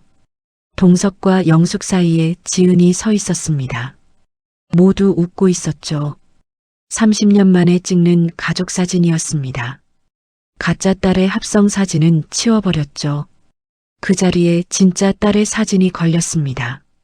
부엌에서 소리가 났습니다. 보글보글. 냄비가 끓는 소리였죠. 구수한 냄새가 집 안가득 퍼졌습니다. 된장 냄새였습니다. 깊고 진한 된장 냄새였죠. 코끝이 찡해지는 냄새였습니다. 영숙이 부엌에 서 있었습니다. 한 달 전에 영숙이 아니었습니다. 얼굴에 혈색이 돌아와 있었죠. 볼이 통통해졌습니다. 눈빛이 살아 있었죠. 30년 만에 되찾은 눈빛이었습니다. 독약에 망가졌던 몸이 회복되고 있었습니다. 영숙이 냄비 뚜껑을 열었습니다. 하얀 김이 피어올랐죠. 된장찌개가 보글보글 끓고 있었습니다. 두부가 둥둥 떠 있었죠. 애호박이 익어가고 있었습니다. 파가 푸르게 떠 있었죠. 고추가 빨갛게 빛났습니다. 영숙이 국자로 찌개를 저었습니다. 손이 떨렸죠. 하지만 행복한 떨림이었습니다. 이 된장은 특별한 된장이었습니다. 30년 묵은 된장이었죠. 영숙이 딸을 잃어버리던 해, 1995년, 그의 봄에 담근 된장이었습니다. 딸이 돌아오면 끓여주려고 아껴뒀던 된장이었죠. 30년 동안 항아리에서 숙성됐습니다. 장독대에서 비바람을 맞으며 익었죠. 30년 동안 기다렸습니다. 그리고 오늘 드디어 그 된장으로 찌개를 끓이는 겁니다. 식탁에 밥상이 차려졌습니다. 흰 쌀밥이 그릇에 담겨 있었죠. 윤기가 자르르 흘렀습니다. 김치가 접시에 놓여 있었죠. 빨갛게 잘 익은 김치였습니다. 계란찜이 노랗게 익어 있었습니다. 그리고 가운데에 된장찌개가 놓였습니다. 뚝배기에서 아직도 보글보글 끓고 있었죠. 동석이 식탁에 앉았습니다. 지은이 옆에 앉았죠. 영숙이 맞은편에 앉았습니다. 세 사람이 마주 앉았죠. 오랜 침묵이 흘렀습니다. 아무도 먼저 수저를 들지 않았습니다. 그냥 서로를 바라봤죠. 눈가가 젖어 있었습니다. 말하지 않아도 알았습니다. 이 순간이 얼마나 소중한지. 동석이 먼저 입을 열었습니다. 30년 만이네. 동석의 목소리가 떨렸습니다.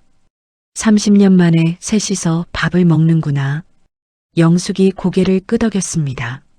눈에서 눈물이 흘러내렸죠. 민주가 돌 때 이후로 처음이야. 30년 만에 처음. 30년 동안 이 순간을 꿈꿨어. 영숙의 목소리가 갈라졌습니다. 지은이 수저를 들었습니다. 손이 떨렸죠. 된장찌개에 수저를 담갔습니다. 국물을 떴죠. 입으로 가져갔습니다. 후, 뜨거운 김을 불었죠. 그리고 한 숟가락 먹었습니다. 국물이 입안에 퍼졌습니다. 깊고 진한 맛이었죠. 30년 동안 숙성된 된장의 맛이었습니다. 구수했습니다. 따뜻했죠. 달았습니다. 짰습니다. 모든 맛이 섞여 있었습니다. 혀끝에서 맛이 폭발했습니다. 그리고 이상한 맛이 났습니다. 설명할 수 없는 맛이었죠. 익숙한 맛이었습니다. 태어나서 처음 먹는 된장찌개인데 왜 이렇게 익숙할까요? 왜 이렇게 그리울까요? 지은의 눈에서 눈물이 흘러내렸습니다. 왜 우는지 몰랐습니다. 그냥 눈물이 났죠. 멈출 수가 없었습니다. 뺨을 타고 눈물이 흘러내렸습니다. 엄마. 지은이 떨리는 목소리로 말했습니다. 엄마 손맛이네요. 영숙이 숨을 들이켰습니다. 뭐라고? 엄마 손맛이에요. 이 맛. 어디선가 먹어본 것 같아요. 기억은 안 나는데 몸이 기억하는 것 같아요. 지은의 목소리가 떨렸습니다. 영숙의 눈에서 눈물이 쏟아졌습니다. 민주야, 내가 돌 때 끓여줬어. 이유식 끝내고 처음으로 된장찌개 끓여줬어. 내가 너무 맛있게 먹어서 엄마가 울었어. 세 그릇이나 먹었어. 영숙이 흐느꼈습니다. 기억해? 기억하는 거야? 지은이 고개를 저었습니다. 기억은 안 나요. 머리로는. 하지만 혀가 기억하는 것 같아요. 몸이 기억하는 것 같아요. 세포가 기억하는 것 같아요. 지은이 울었습니다. 이게 엄마 맛이구나. 30년 동안 몰랐던 엄마 맛이구나. 동석도 수저를 들었습니다. 된장찌개를 한 숟가락 먹었죠. 눈에서 눈물이 흘러내렸습니다. 30년 만에 먹는 가족 밥상이었습니다. 30년 동안 기다린 맛이었죠. 세 사람이 울면서 밥을 먹었습니다. 된장찌개가 식어갔죠. 하지만 상관없었습니다. 눈물이 밥에 떨어졌습니다. 하지만 상관없었죠. 함께 먹는 것, 그것만으로 충분했습니다. 영숙이 지은의 그릇에 밥을 더 담았습니다. 많이 먹어. 엄마가 30년 동안 못 해준 밥. 이제 매일 해줄게. 영숙이 웃으면서 울었습니다. 지은이 고개를 끄덕였습니다. 네. 엄마. 매일 와서 먹을게요. 동석이 지은의 어깨를 두드렸습니다. 우리 딸이 돌아왔어. 동석이 흐느꼈습니다. 세 사람이 서로를 바라봤습니다. 웃고 있었습니다. 울고 있었죠. 웃으면서 울고 있었습니다. 30년의 그리움이 녹아내리는 순간이었습니다. 된장찌개 한 그릇에 담긴 30년의 사랑이었습니다. 창밖으로 햇살이 쏟아졌습니다. 평창동 저택이 처음으로 따뜻해진 날이었습니다. 1년이 지났습니다. 평창동 저택, 동석의 서재, 모든 것이 달라져 있었습니다. 벽에 걸린 사진이 바뀌어 있었죠. 예전에는 상장과 트로피만 가득했습니다. 사업 성공의 증거들이었죠. 차가운 금속과 유리로 된 상패들. 하지만 지금은 달랐습니다. 가족 사진이 걸려 있었습니다. 따뜻한 사진들이었죠. 세 사람이 웃고 있었습니다. 동석과 영숙 사이에 지은이 서 있었습니다. 지은은 검사 제복을 입고 있었습니다. 가슴에 검찰 배지가 빛나고 있었죠. 세 사람 모두 환하게 웃고 있었습니다. 진짜 웃음이었죠. 30년 만에 짓는 진짜 웃음이었습니다. 그 옆에는 또 다른 사진이 있었습니다. 지은의 돌잔치 사진이었죠. 30년 전 사진이었습니다. 어린 민주가 한복을 입고 웃고 있었죠.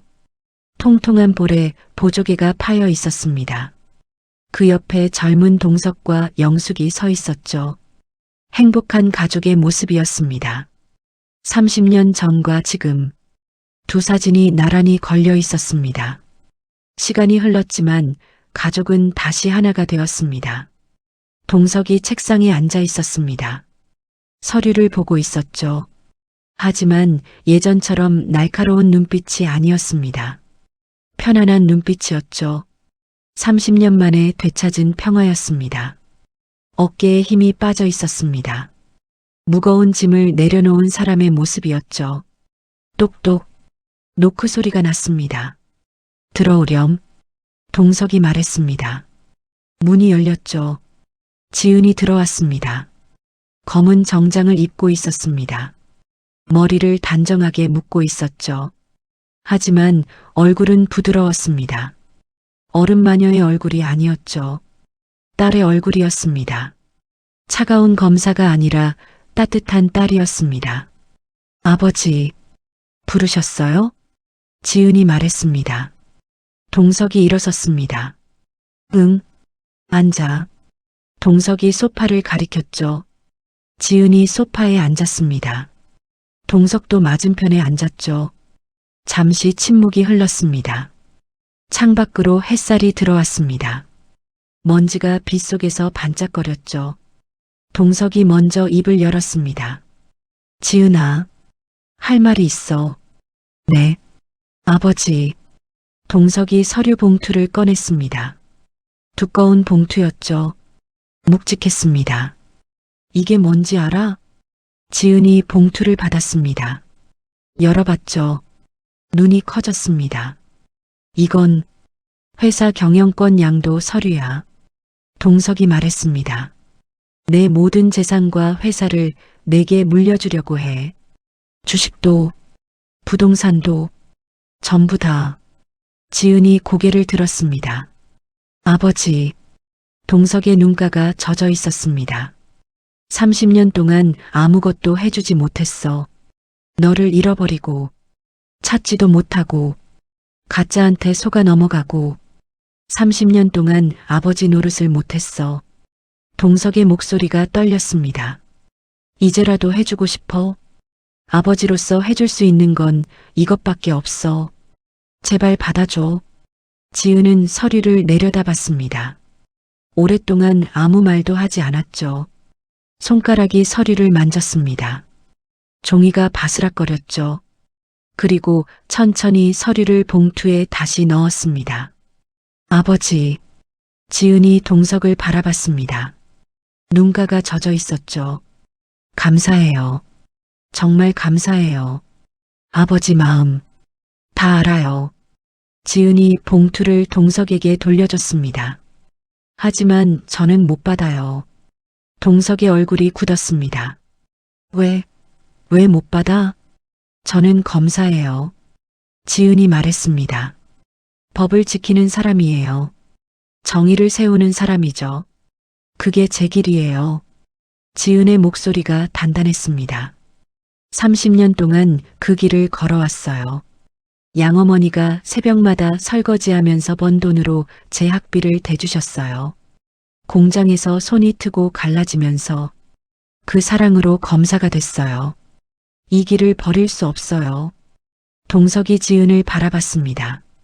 하지만 아버지, 지은이 동석의 손을 잡았습니다.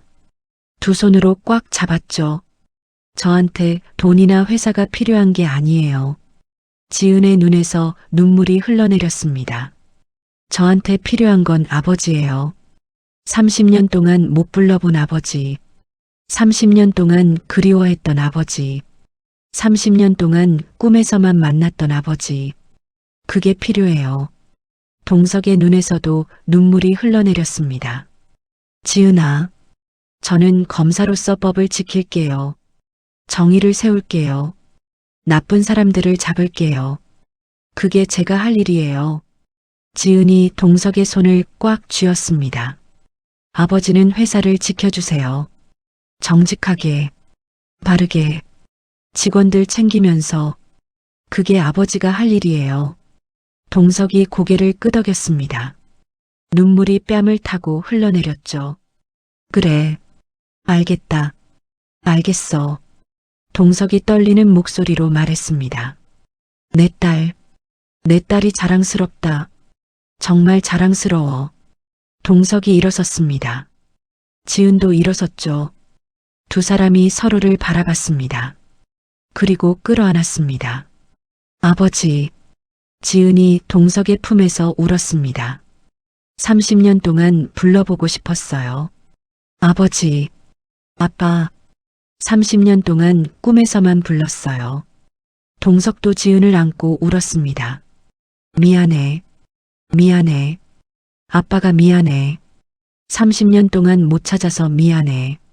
두 사람이 서로를 끌어안고 울었습니다. 창밖으로 햇살이 쏟아졌습니다. 따뜻했습니다. 서재 문이 열렸습니다. 영숙이 들어왔죠. 두 사람을 보고 미소 지었습니다. 눈가가 젖어 있었죠. 행복한 눈물이었습니다. 영숙도 다가왔습니다. 세 사람이 함께 끌어안았습니다. 우리 가족, 영숙이 말했습니다. 30년 만에 다시 모였네. 이제 안 놓칠 거야. 세 사람이 울면서 웃었습니다. 창밖으로 햇살이 쏟아졌습니다. 평창동 저택이 따뜻하게 빛났습니다. 30년을 돌아왔지만 결국 제자리를 찾았습니다. 사랑은 피보다 진하고 진실은 거짓보다 강합니다. 오늘 이야기가 당신 마음에 작은 위로 한 숟가락이라도 되었다면 구독과 좋아요로 다음 이야기도 함께 해주세요. 이 사연의 주인공들을 위해 따뜻한 한마디 댓글로 남겨주신다면 그 마음까지 모아서 전해드리겠습니다. 당신의 오늘을 사연 품다가 늘 응원합니다.